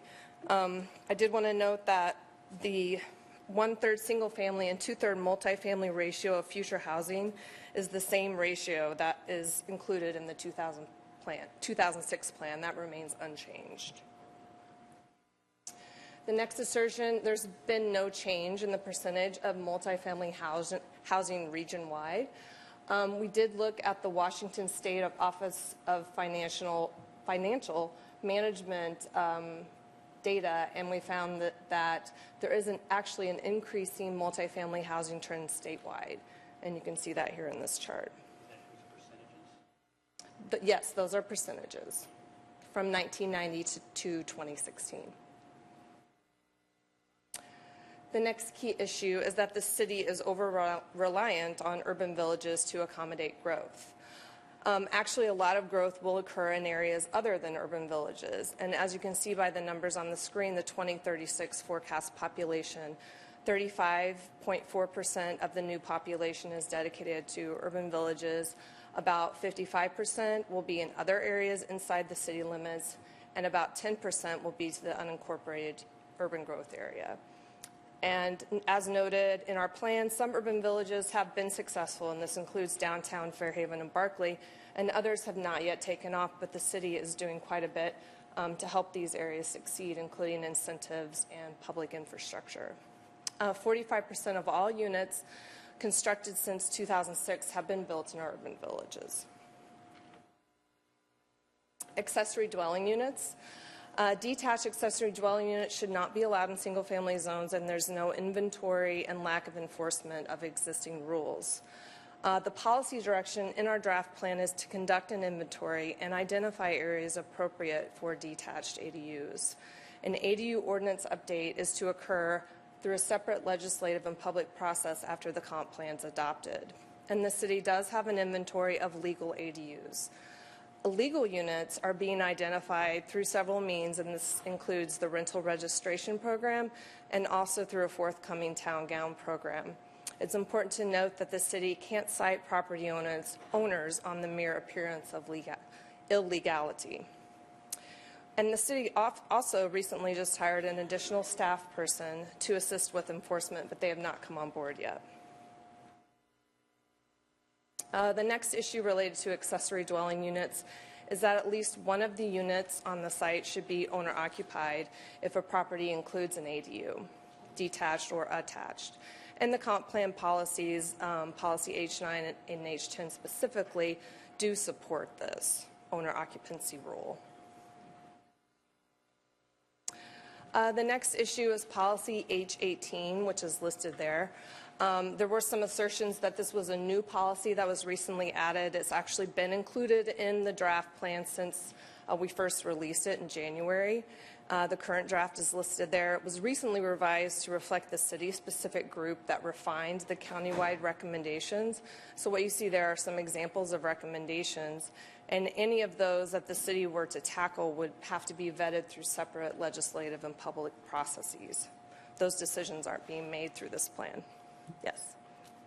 Yeah, and Michael had asked for a further discussion of that, and I'm going to let them finish their presentation, and then I have something to hand out to you, because I think the point that Lisa just made is very important, that any changes based on the recommendations from that committee are going to be included in processes which you will have the ability to say yes or no to. So when she's done, I'll give you that information if you would like it. And it also includes who was on the sheet. I mean, on the committee. The next question, we sort of had dueling interest in the infill housing toolkit. Some folks said that it should be expanded to be allowed in more zones, and some folks said no, it shouldn't be expanded to be allowed in single-family zones. The toolkit, as it's written now, it was adopted at the end of the Great Recession when there was substantial reduced planning for and production of all housing types. In recent years, there's been much interest in it as it's written now. Just a few numbers. 24 units have been completed, 9 units have been approved, and 64 units are in the pre-application and application stages. So the toolkit policies that are included in the draft plan are listed there.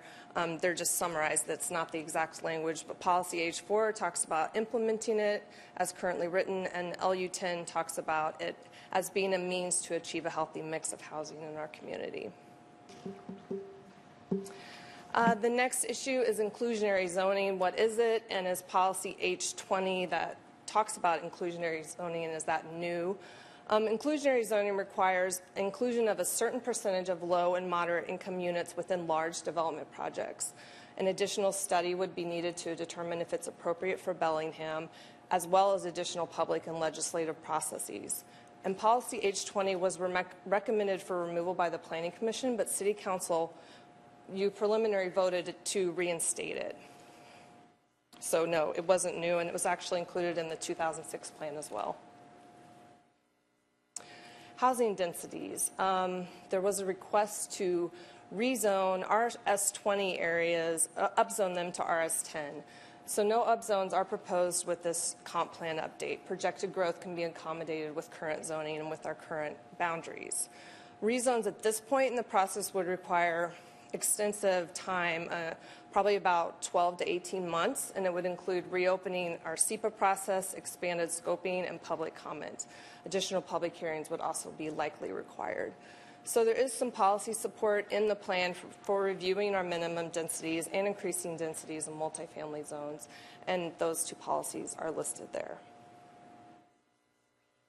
And that is it for our key issues. The next slides go over those minor revisions that have occurred since the 928 draft that we wanted to get a preliminary direction from you on. So did you want to go through some questions on the key issues before we get into these?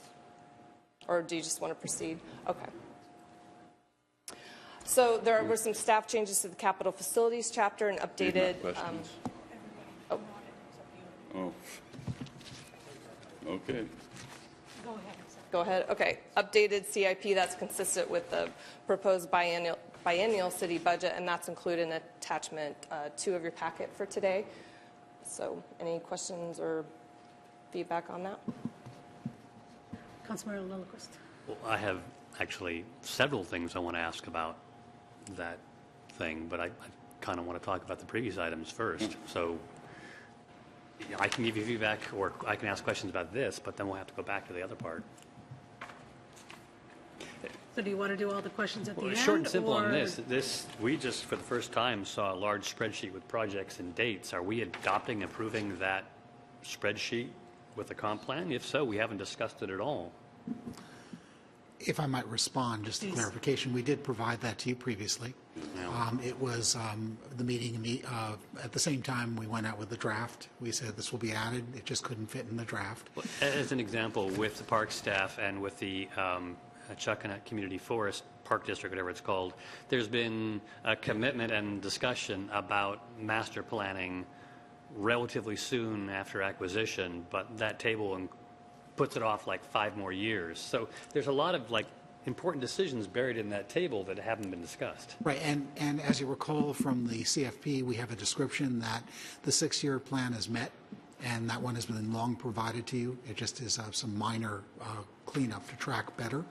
The additional items were issues that were requested. The mayor has noted that in her prior presentation we had far more requests for capital than we had funds to be able to enable it. In previous years, we had pushed those off to the out years. We thought it was more prudent to complete our level of service discussion, to look at the annexation phasing plan, and then come back and look at those needs as tempered by the result of those plans. So that was a strategy we've included in the text of the capital facilities plan. So when you act, you're acting on the 6-year plan, which is binding, but we have a placeholder in there of future projects that would need a separate process to be discussed. And none of those are implementable as provided at this point. They're just there for reference of what sort of the outstanding issues are.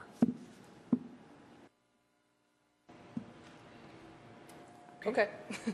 Or did you have a Councilmember? Well, I've got questions going back on the other section, if we can ask those, but you seem to indicate you want to make through this other part before you're allowing to go back to it, so Well, what are you everyone doing? else nodded their head Okay, saying yes so, to move forward, so as long as we can go back to them, that's, my questions are do them all at the end. I'm Yeah. going to ask that couple one specific more time. things. Let's do them all at the end. Thank you. Okay, so the additional language regarding capital facilities planning in the cover memo of the packet, I can pull that up for folks as well. We are proposing to add some language. Let's see. Right, this language here, referencing the RCW citation that a comprehensive plan should include a capital facilities plan element consisting of at least a 6-year plan, and just noting that our plan is compliant with that state requirement. So do you concur that we should add that? Councilmember Lillquist, and oh, sorry, Barker, and then Lillquist. I apologize. Just going to move approval. Okay. Second. Councilmember Lillquist, do you I have no objection to adding the proposed language, but I do have questions about the actual CIP itself. Should we go ahead with the motion, or do you want to? Okay. All right, so motion in front of us. All those in favor, please say aye. Aye. Opposed? Motion carries 7-0. Sure.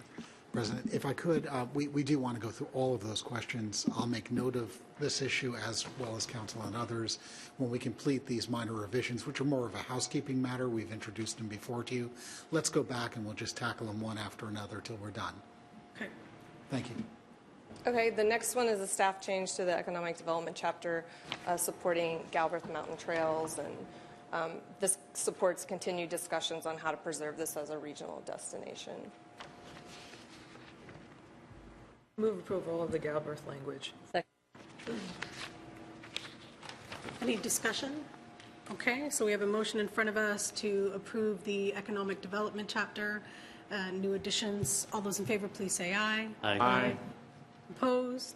Motion carries 7-0.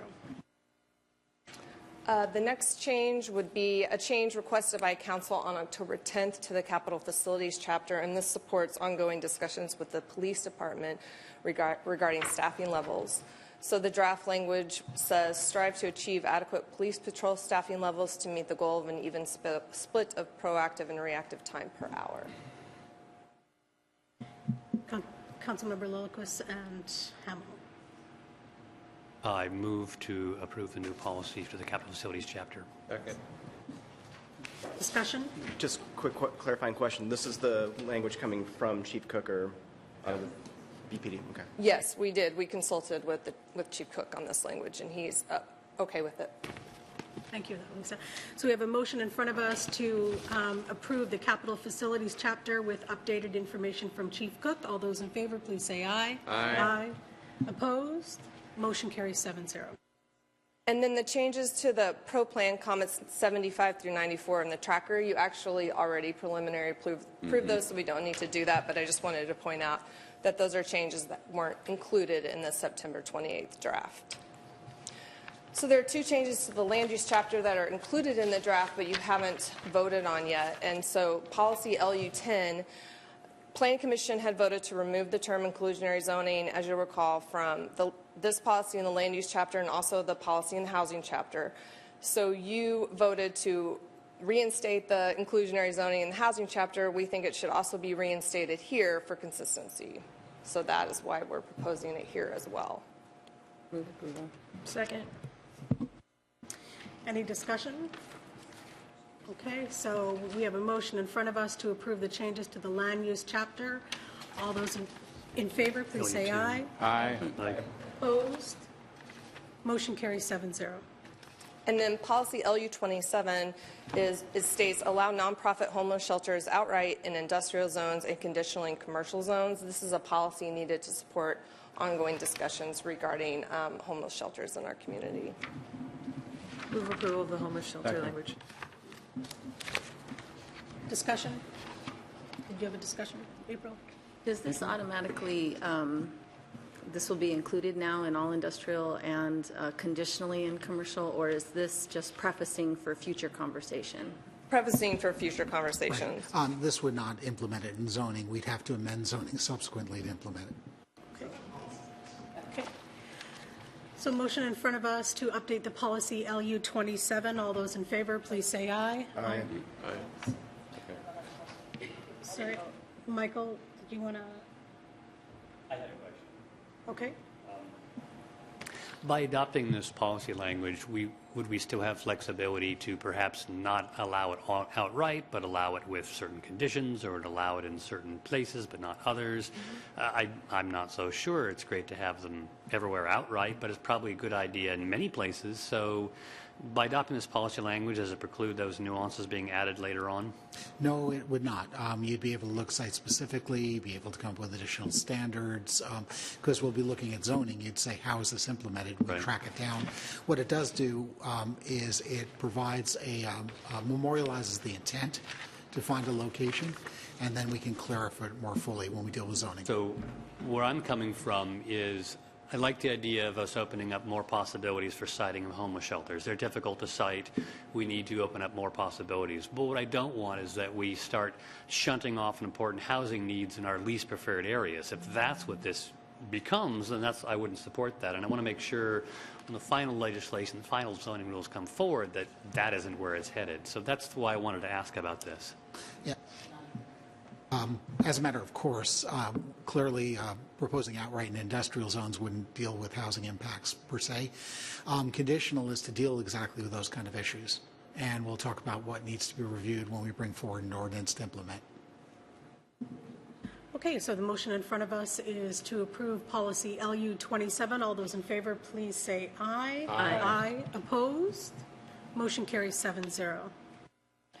Okay, that's the end of our minor revisions since the 928 draft. So you can ask questions regarding the key issues or any other questions you have. Councilman Borneman. Yeah, I want to go back to the issue regarding policy H18, because I had originally objected to when it was the chat recommendations, because the chat recommendations didn't recommend or at least it didn't get enough votes to recommend them to the council, and the council never adopted them.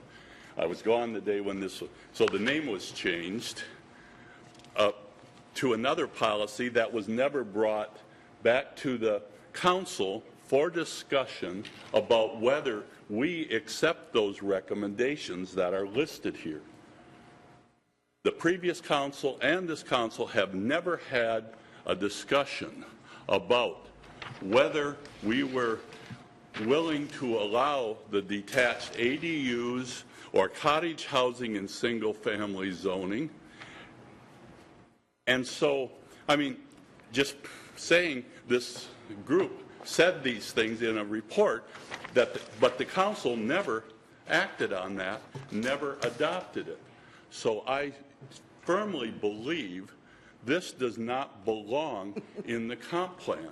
This is not to say that we shouldn't have future discussions about implementing infill toolkits maybe in some parts of single-family neighborhoods if it's done right. Ralph Black made, I think, a good point when he referred to the Greenfield toolkit, because there may be places, but we haven't had that discussion yet about where or how or when that would work. And I do think there are areas that it will work. But until this council has that discussion, I don't think this should be here. And I would like to move that this policy H18 be removed from the comp plan. Second. Discussion. Mayor Kelly, you were Well, asking. I just want to talk about what this is and what this isn't. Yeah. I agree with everything Terry said. None of these should be adopted until they go through the process. And I think if you look at, first of all, there was some concern about what this was. I am very sorry I ever used the word chat, but what Seth and I did, and you can look on the front, is we had passed the housing levy, so that was one part of the recommendations that came out of that report. What we hadn't done is review all the other recommendations and come up with recommendations about whether we should proceed with those or not. And there was always the intent to make recommendations that the council would discuss. And if you look at the third page, you can go through, and all the things that Terry just said are absolutely true. These need to be discussed by the council before they're adopted. But these things came out of a first group, and you can look at the people that were on the group. They're on the back of the front page. And it was, Seth and I specifically asked people that were developing housing, both not-for-profit and for-profit, and also bankers. So we didn't have as much participation from the bankers as I would have wanted, because there are some things that are very hard to finance. So I had Greg Alcott take all the recommendations, and you can see on the first page there's notes. There's a couple things that are completed. There's really not anything else that's completed, and before you just say, I don't want to have H18 in there, I would appreciate it if you would look and see specifically if there are things on there that aren't what Terry was raising. And then on the back, you can see things that were not things that aren't part of the city work plan yet. So that's 10 through 14. And then two things that staff suggested we don't even consider working on, which is 15 and 16. And I have to say that staff and I disagree on 15. I'd like to see a way that we would consider when or if we would extend water outside the UGA. So Terry, does that clarify anything for you, that we're not this was a preliminary discussion with a balanced group of people, and a lot of these things already apply to not-for-profit housing development. But this is your chance to say yes, we want them, or no, we don't. But I would like you to look through all the recommendations before you just say no. I fully understand what you're saying, but I'm saying that discussion should happen before we adopt a policy in our comp plan. And we now's can the have time. those discussions afterwards, but to throw it up, we haven't had them before. That's why this doesn't belong here. There's no reason for that to be in here right now, none whatsoever. Well, and it's up to the this council. was just something staff wanted, but we haven't discussed it. No. This is something Seth wanted. Okay. And Seth and I but did Seth this isn't together. here, and well, I'm so still here. I just don't think it should be here. Okay. We can Councilmember have it Barker, later. myself, and Councilmember Using Lillquist. your argument, Terry, that we haven't had a chance to fully vet these to have them in there is exactly the reason why I asked for, and council agreed at that time, to take out requiring in this moment to have owner occupancy. We have not discussed that. We don't know what the unintended consequences are. However, because there was enough political pushback, we put it back in. So we are not going to have the time in this process to sit and vet all of these. They are all things that I think we should discuss further. And if the contention is saying that it didn't come from that group, maybe changing the top sentence, I imagine most of the rest of the council feels like we need to talk about these. It needs to be included somewhere. If the main contention is you don't like the name of the group that it's from, then let's figure it out. But with your argument, you would be supporting taking out the owner occupancy at this point until we can further talk about it. So, one moment. Yep, I'm just so, making sure I'm... Don't worry. You're hard to miss. I think that we deserve to have a discussion, and it's important for us to have a discussion. So just ruling it out by one person's vote or two persons' vote is not fair to the community. We've talked about the opportunity to have community discussions on this, which I think is really important, so everybody's voice is getting heard. But just eliminating something and not allowing us to move forward on a discussion is not a democratic process. Councilmember Lilliquist and then Councilman Borman. I actually think there's a pretty easy solution to this. The three people who have spoken so far, and I'll add my name to it, say that we need future discussions on these issues. I think the problem with the way this was written is it says continue implementing. Right. This assumes that these things are already been discussed and ready to implement, but the very easy fix is to, instead of saying continue implementing, say continue evaluating the recommendations. We should still be in an evaluative phase in the process. I would therefore move to amend Terry's motions to reinstate policy H18, but to amend it, substituting the word evaluating for implementing. I have a question about that, because I agree, Michael. I mean, that would be a good, because I'm looking at what's on the report, not what's on the but plan. Terry says we need to evaluate it, and I agree. We haven't evaluated them yet. And I assume that now would be the time that we might be evaluating if you even wanted to have a discussion on them, which is what I think Terry was saying. So when you look at the first two, we've already implemented them. I'm hoping, because they've been successful, that we don't, those are administrative choices, and we're using them. And so I hope we're not going to eliminate something we're already using that was an administrative decision without a discussion about why you'd want to take it out. So 1 and 2 are being used right now because they didn't have to come to council. And I think everything else, there's a policy or an ADU update or a subdivision update that are all coming forward that we could discuss these in the context of. Or if you don't want to discuss them, then we could take them off the list. But I'd like the council to look each one of these individually and not just assume that there's something wrong with all of them and have that discussion. I guess that would be my request. We put a lot of time and effort into this, and so did staff, and I always knew that the council would have to decide. So I am not arguing about that at all. No. Councilman Borman. Yeah. Let's get this straight. I am not saying we shouldn't discuss these things. I am saying we should have those discussions. And April, my logic is still the same. The reason I was against and said you shouldn't have not to consider owner or taking away owner occupancy, we had a thorough discussion about owner occupancy previously, and that's why it's in the comp plan. We never had your discussion. That's why I objected to it, because it hadn't been discussed. The reason I was objecting to this is this council has not had that discussion. I'm not saying we shouldn't. I, in fact, am saying we should. Evidently, there will be a ADU ordinance brought forward at some time, and there has been a long series of meetings up until this point about discussions about housing forms and other things. But with the director and the neighborhoods, and they will continue. And once that is done and we agree on something, then put it in the comp plan as a policy document.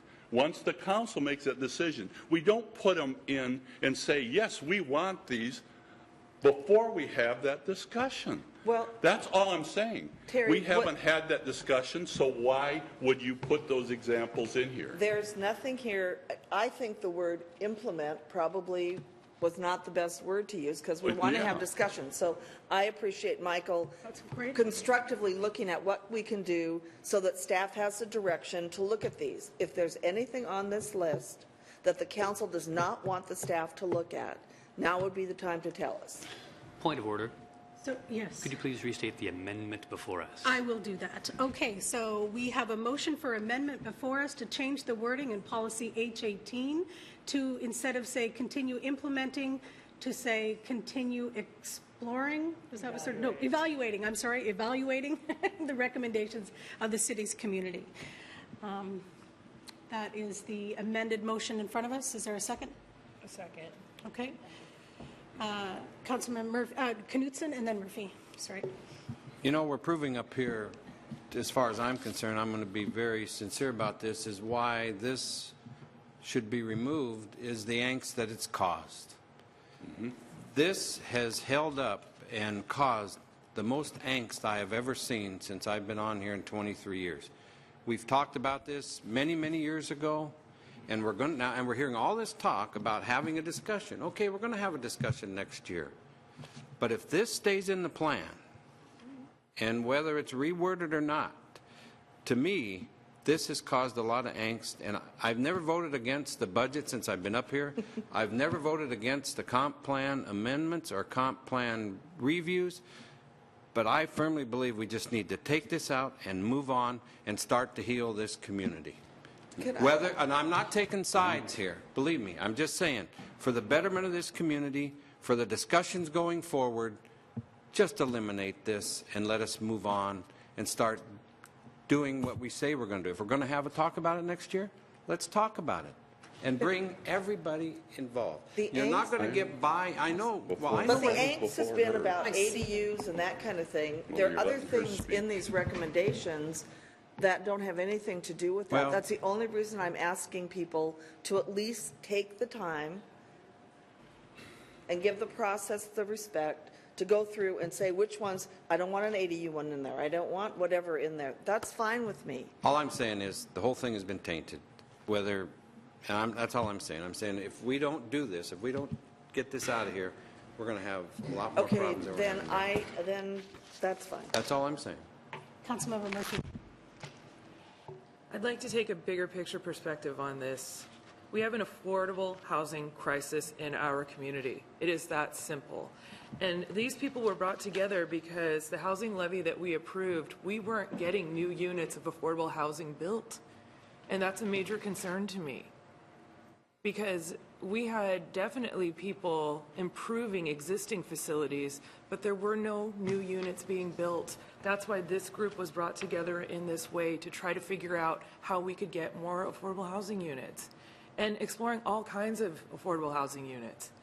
And I know that some of these are not what the community wants, but that's why I want to have discussions about all of these initiatives in this definite group and work with the community on how we can get more affordable housing. It's just that simple to me, so I support this. So I see you, Terry, right after me. I know that this has been uncomfortable. Believe me, I know. But I don't think it's fair to eliminate something without having a full discussion just because it's uncomfortable. I think we need to move forward, and I think that we need to have an opportunity to have a huge community discussion about how we are going to solve the housing crisis that we have in front of us. Instead of just no, no, no, we need to find some solutions. And in order to do so, we need to move forward with the discussion. So I'm standing on this. Councilman Boardman. Again, nobody is saying anything about not having a discussion. Never have we said that. I've been saying we need to have that discussion. And never does it have we ever fallen back on it has to be in the comp plan to discuss it. I got to ask planning. Does it have to be in the comp plan for us to have a discussion about different issues? Because we haven't had, you started talking with the public about detached ADUs, even though we didn't have it in our comp plan that it was allowable. Is that correct? Yes. Yes, Okay. we had some, one of those explore discussions that said explore different options for revising the ADU ordinance. I'm not saying, Gene isn't saying, none of us are saying we shouldn't have the discussion. In fact, I will gladly say, make a second motion to have that discussion and have a full discussion with neighborhoods involved as part of that discussion, not just a small group discussion. But it doesn't have to be in the comp plan.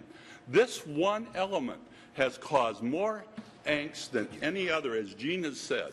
And if you want to continue having that coming at you at every meeting, fine. But I'm not going to, I'm standing by my motion of it to take it out, and then we'll have all those discussions.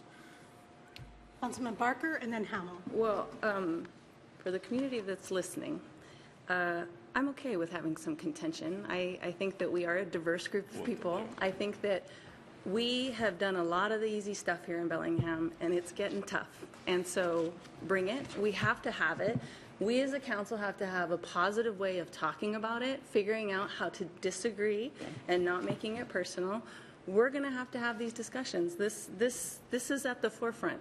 My question for Rick, what I agree with all of these. We need to have these discussions. We have 85,000 people, I think we're getting close to here in Bellingham. I acknowledge that we've probably heard from 200 that really oppose some of these things, but 49% of our community are at Atlas or living in poverty. 450 kids in our public schools are homeless. 40% of your children in this school, in this district, are in poverty, living in poverty currently. So we need to have some really hard discussions about inclusion and different types of housing. Just because it gets impactful and worryful and we feel these angst, that's okay. That's what we're elected here to do. Rick, if this policy were, if the majority of council takes this out, what are the consequences? It's a time issue, quite frankly. Some might say if we come back with an idea that's not referenced, that in order for us to fully implement it, we'd have to amend the comprehensive plan to put a policy back in. And as council is aware, we do that once a year. It takes about a year to do it. And it's an issue of urgency. I guess the sense I have is a good example of using one of these recommendations is we were before the Planning Commission last Thursday, and we're looking at a way not to increase density, but just to make things fit a little better with lot averaging. We already have some provisions now on the code. We looked at a way of trying to streamline the rules, and that was an outcome of this process. It guided us to bring it forward. You'll ultimately be hearing that as we come forward with the ordinance itself. Councilman Hamel. A few questions. With the process of, so if the language were changed in H18 to continue evaluating the recommendations, would the inventorying of existing ADUs be part of that process of evaluation? That's part one question. If you can answer that, then I have a second part of that question. And this is a challenge.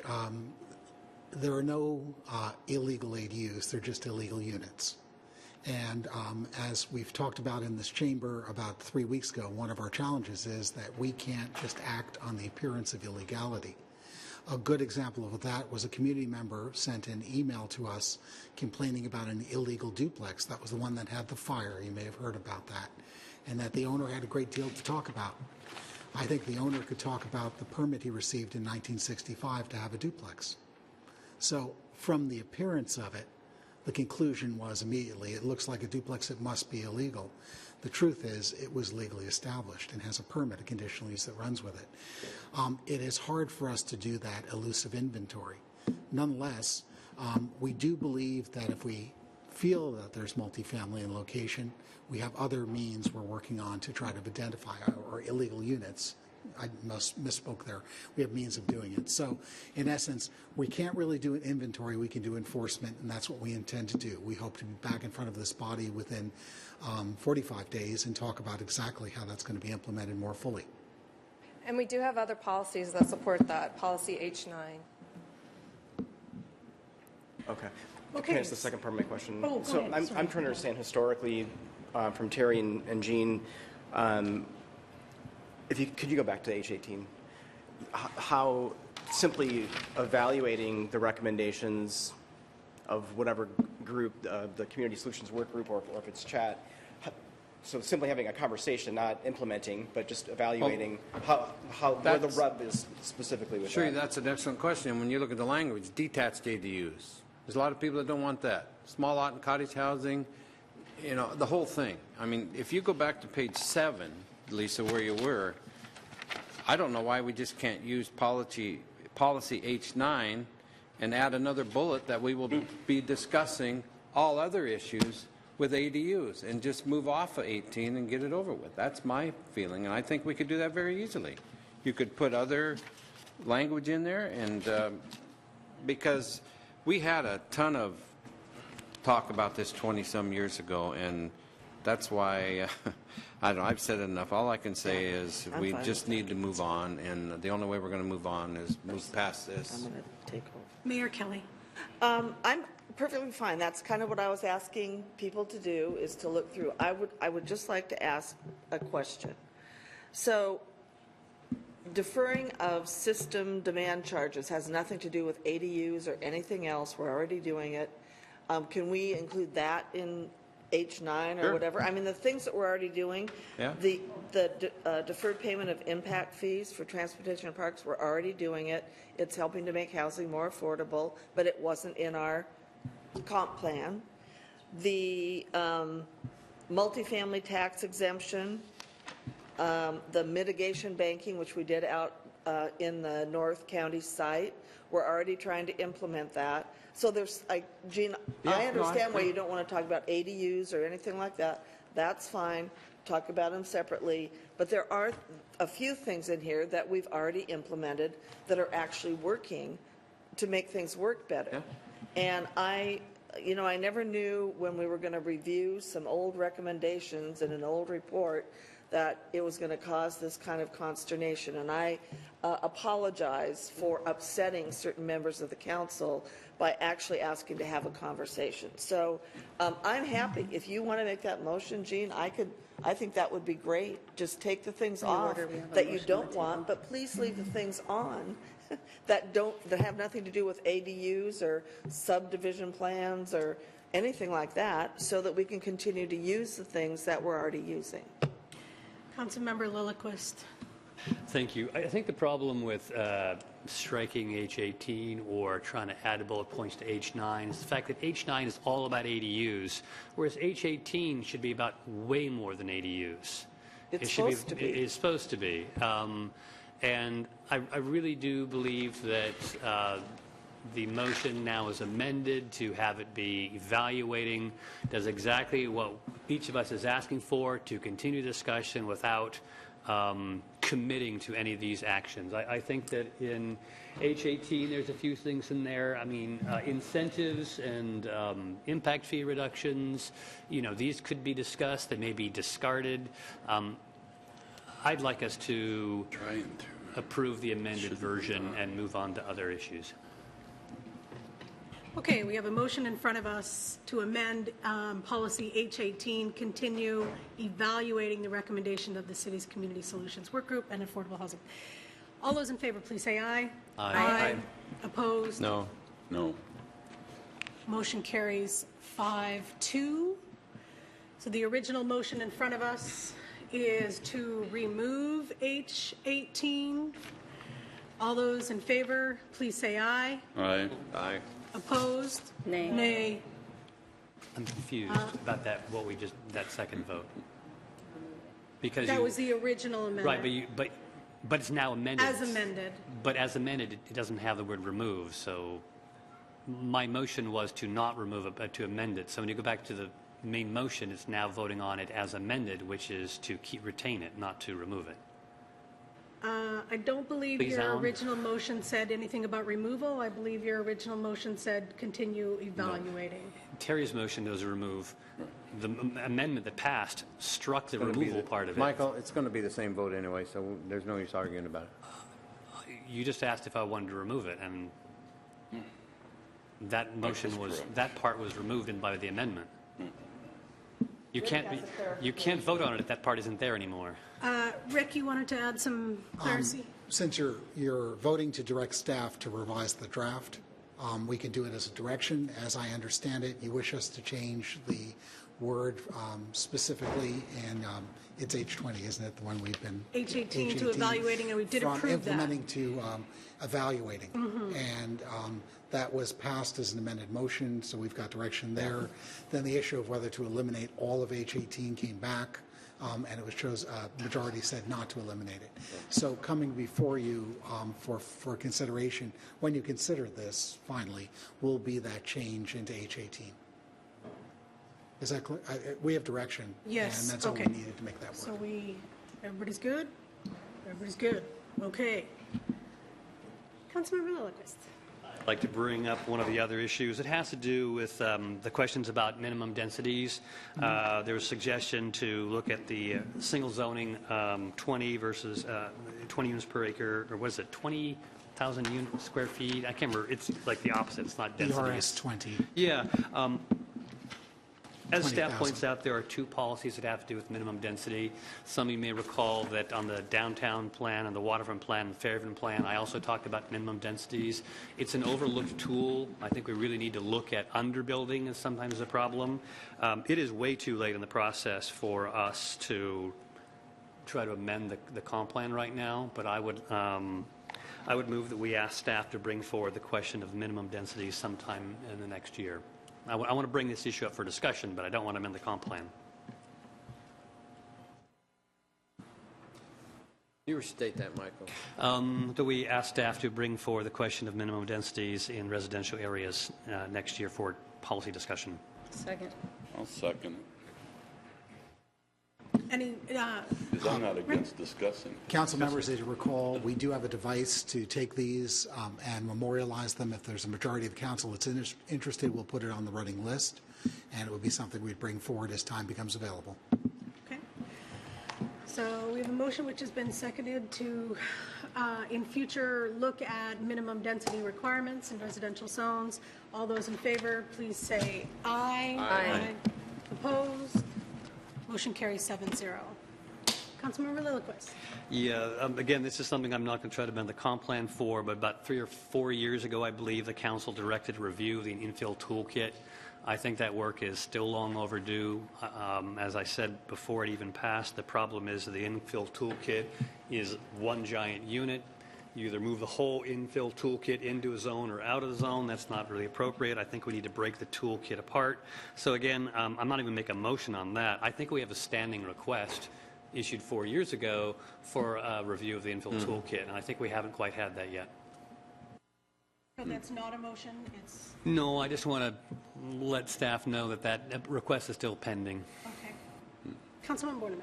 I think under H18, that's already included in that, so you don't need to bring it up again because it's already included in the H18 that you passed. So, and I'm nothing against having a future discussion, just including it in the comp plan. Okay, Council, Lisa? Are there any other issues or questions at this time?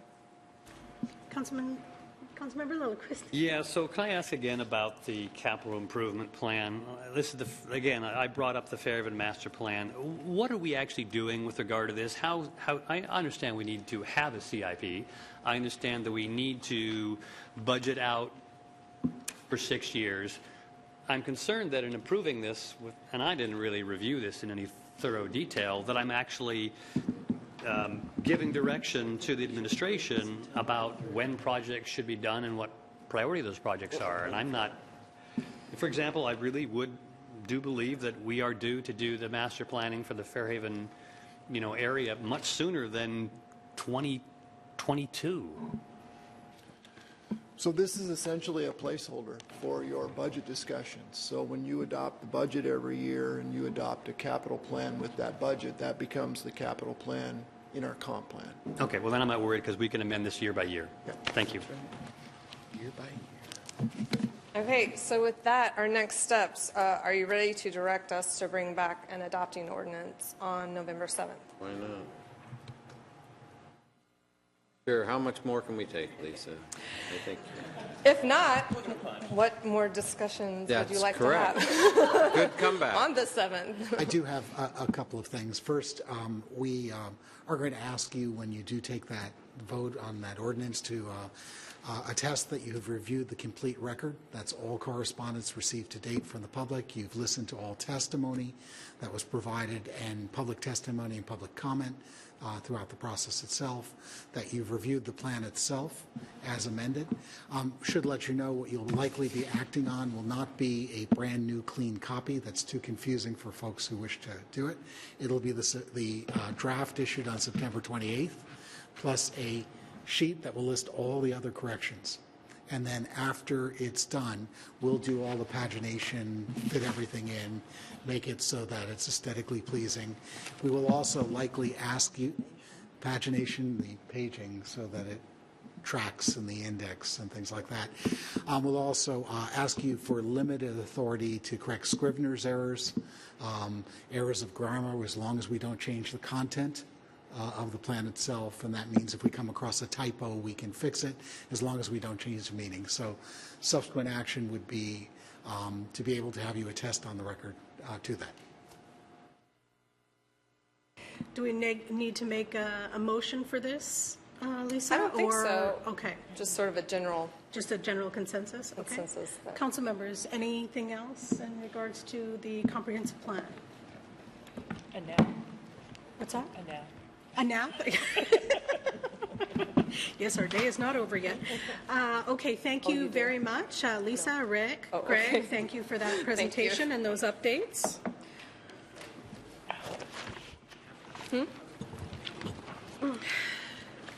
Okay, so we have one set of minutes to approve. This is for the October 10th committee meeting. Move approval. Approval. Move approval. Second. I have a change. Pinky. Okay, all those, you have a change? Yeah, under, let's see, continued discussion of the draft 2016 Bellingham Comprehensive Plan. It was me that moved and Michael that seconded moved to recommend approval items 75 through 90. It was flipped. Okay. So just would like to have that fixed. Did you get that, Marie? Okay. Any other changes or updates? Okay. So we will approve the meeting minutes as amended with that update. All those in favor, please say aye. Aye. Opposed? Motion carries 7-0. All right, old or new business. So we're going to do this before we go into our work session. I did have one item for old or new business today, and I wanted to address a little bit about City Council last Monday. And I just wanted to say, you know, that the purpose of the City Council's October 17th public hearing on the city's comprehensive plan update was to gather information from a variety of perspectives to inform council making decisions. In the spirit of gathering all potentially relevant information, I allowed Mr. Luis to give his presentation.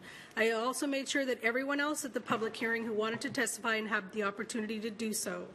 Although the council guidelines for public hearings generally do not permit attendees to donate their speaking time to another person, the guidelines are not binding on the council. The council president and ultimately the council as a whole has the discretion to permit public testimony in the form of a presentation. So with that, no rules were violated. It is the chair's responsibility to set the agenda, and I take responsibility for that. But in the future, I will strive to give advance notice of such presentations so that you don't feel surprised by that kind of thing. So for that, I take responsibility for. And in saying so, council needs to decide moving forward if we want to reaffirm this process of public comment and make it a policy and change the guidelines or not, because now people feel as though there's a precedent set, so we need to decide as a council how we want to move forward. Councilmember Lillquist. First of all, I want to say that I appreciate and I understand that you were not intending to break any rules or establish a bad precedent. I sincerely believe that. But nonetheless, I want to keep that rule hard and fast. I think that opening that door and allowing donation would create endless opportunities to game the system, extend people's commentary to 3 minutes, 6 minutes, 9 minutes, 12 minutes, 15 minutes, at multiples of 3. So if we need to do something to make that rule even harder and faster, I would be in support of making that rule harder and faster. The only way I would flex around that is if we announce ahead of time that everyone gets, say, 5 minutes or everyone gets 4 minutes. That I think would be fine with me, acceptable for me. But the idea of donating, I think I don't think we want to go that way. Councilmember Murphy. I'm with you, Michael. I want to stick to 3 minutes, and if people want an extended presentation opportunity to the council, I think they should seek it to the council president and try to get on our agenda. Oh, it started. That's how it should continue. Councilmember Helmut. I support keeping the rules as they are. Councilman Borneman. Oh, and Councilman Knudsen, sorry. Go ahead. I support, as I did, keeping them the way they are. But I do think we're opening, if we're doing it right now, when we did set a precedent last time, we are opening ourselves up for a potential backlash if, say tonight, neighborhood groups or something come to talk about the comp plan or whatever, and they donate it to somebody else, and you say no. Which is why we're having the discussion right now. I know, but you're doing it after It's after older we than business. let it out of the cage. And so I think at the, as I had Councilman said, Borneman, moving forward, what would you like to do? I would like to do this in our reorg meeting. We set our policy and we have our discussion with it. And we live with our precedent until the end of this year. Councilman Knudsen and Councilman Barker. I agree. And another subject that we need to get a hold on, and we need to do it fast, and legal needs to be involved. We cannot, should not, and better not allow any more shouting from the audience. I know people are upset, but that doesn't give them the right to yell and scream and holler the way they did last Monday night. We have to draw a line. That is unacceptable. If they do that, they should be asked to leave. We can't go down that road. If we allow people to stand up and just start yelling and screaming and hollering at us, somebody made the comment that this might make us feel good to take. I can take the heat. Everybody can take the heat. But that was over the pale. That was yelling and screaming and hollering at all of us up here. And that's these chambers, and I've been coming here since 1967. I've never seen that.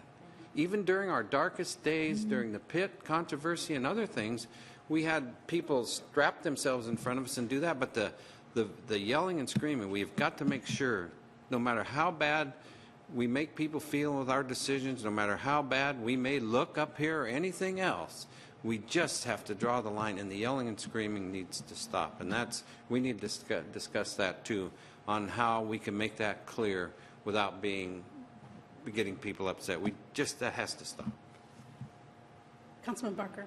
So that was what I wanted to bring from New Knoll, so since it's already here. My understanding in our retreat was that when we've lost that control, when we're now engaging with public or public's trying to engage with us, that we were to call a recess and leave. And in all that chaos, I was pitching down asking for the recess, so I didn't know if we did or not. But I think there's also my question for legal. I agree, and I might have been the person that said I'm okay with the heat, but I'm not okay with that kind of heat. No. And I actually felt unsafe, especially for a couple of the constituents that have had a history of being pretty upset. So one, I want to know if I ever feel that. I'm assuming it's my privy to just leave. Two, we need to be in agreement. When we call a recess, when that happens, we all leave. We don't go down and engage the public. We leave, we take a recess for however it is, then we recollect ourselves and come in. I want to be clear on what this council wants to do, so in the future, we all do it together. Councilman Murphy. One of the things that I just wanted to explain is one of my values is this isn't acceptable in a household and it isn't acceptable in a business. And any other situation in the household or the business, you would be asked to be respectful or depart. This house is no different. And I come from a bigger conviction that Native Americans weren't even allowed to vote until our recent history. And we went through a whole bunch of contentiousness to get to that. Please don't extend the contentiousness to me, who feels very grateful to be able to be up here. Councilman Lilliquist. Yeah, there's some things up here that we know that the public doesn't know, and that you mentioned it. We have standing rules that when the meeting is recessed because there's disruption, that we take a recess. Council members who left the chambers were following that rule. My difficulty is, unfortunately, Pinky, you didn't actually recess the meeting. I am completely aware of that. Yeah, and so Terry did, and that was fine. That worked out fine. Yeah. And at that point, I stepped off of my seat here. I was no longer at the dais. But I don't think I should have to leave the room. Well, actually, in our observed policy, the recess. when we discussed the 3-minute rule about 6 weeks ago, we all agreed that the policy was we would call a recess if things were out of control or if it was a public comment, and we would all retreat to the executive room. So we did, as a council, agree on that.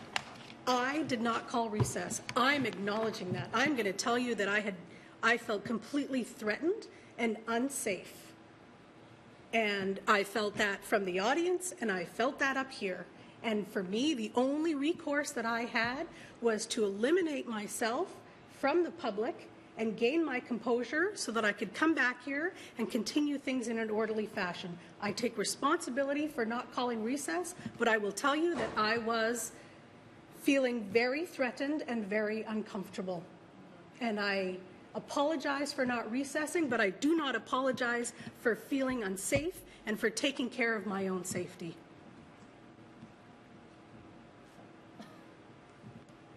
And I'm not going to be as nice anymore. So from now on, I'm going to try and run this council much more efficiently if I possibly can. I want people to be mindful of this council chambers and the appropriate behavior that belongs in this room from everyone there and here. I will enforce the rules in this council chambers.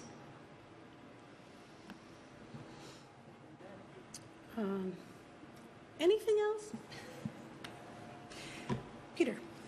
I just want to make sure there's some sort of clear guidance. So right now you have in the guidelines, you have the no donation rule, and I understand there may be a desire to discuss that at the reorg meeting, but I just want to make sure that you all are clear as a body what the rule is today going forward. And I'm not totally clear. I understand what that is. If you're going to, you could either change the guideline by some vote of the council now, or leave it the way it is. The guideline does say that the presiding officer has the discretion to enforce the rules. So because you never know what circumstances come up that you might warrant some deviation from the rules. So I just want to make sure that as a body you have a clear understanding before, keep the rule the same, you give the president certain authority. I just want to make sure that's clear. Okay. So I'll get you in just one second. So I guess what I was asking was whether or not as a council body we wanted to move forward on this, because that caused such consternation last week that as a chair I'd like to state that I'm going to follow that particular policy. I'm not going to waver from that policy for the next 6 meetings that I have. And then if we decide to discuss that in our reorganization meeting, then that would be great. But that is the policy that that is the policy that I will be enforcing for the rest of my term as council president. Is everyone comfortable with that? Yeah.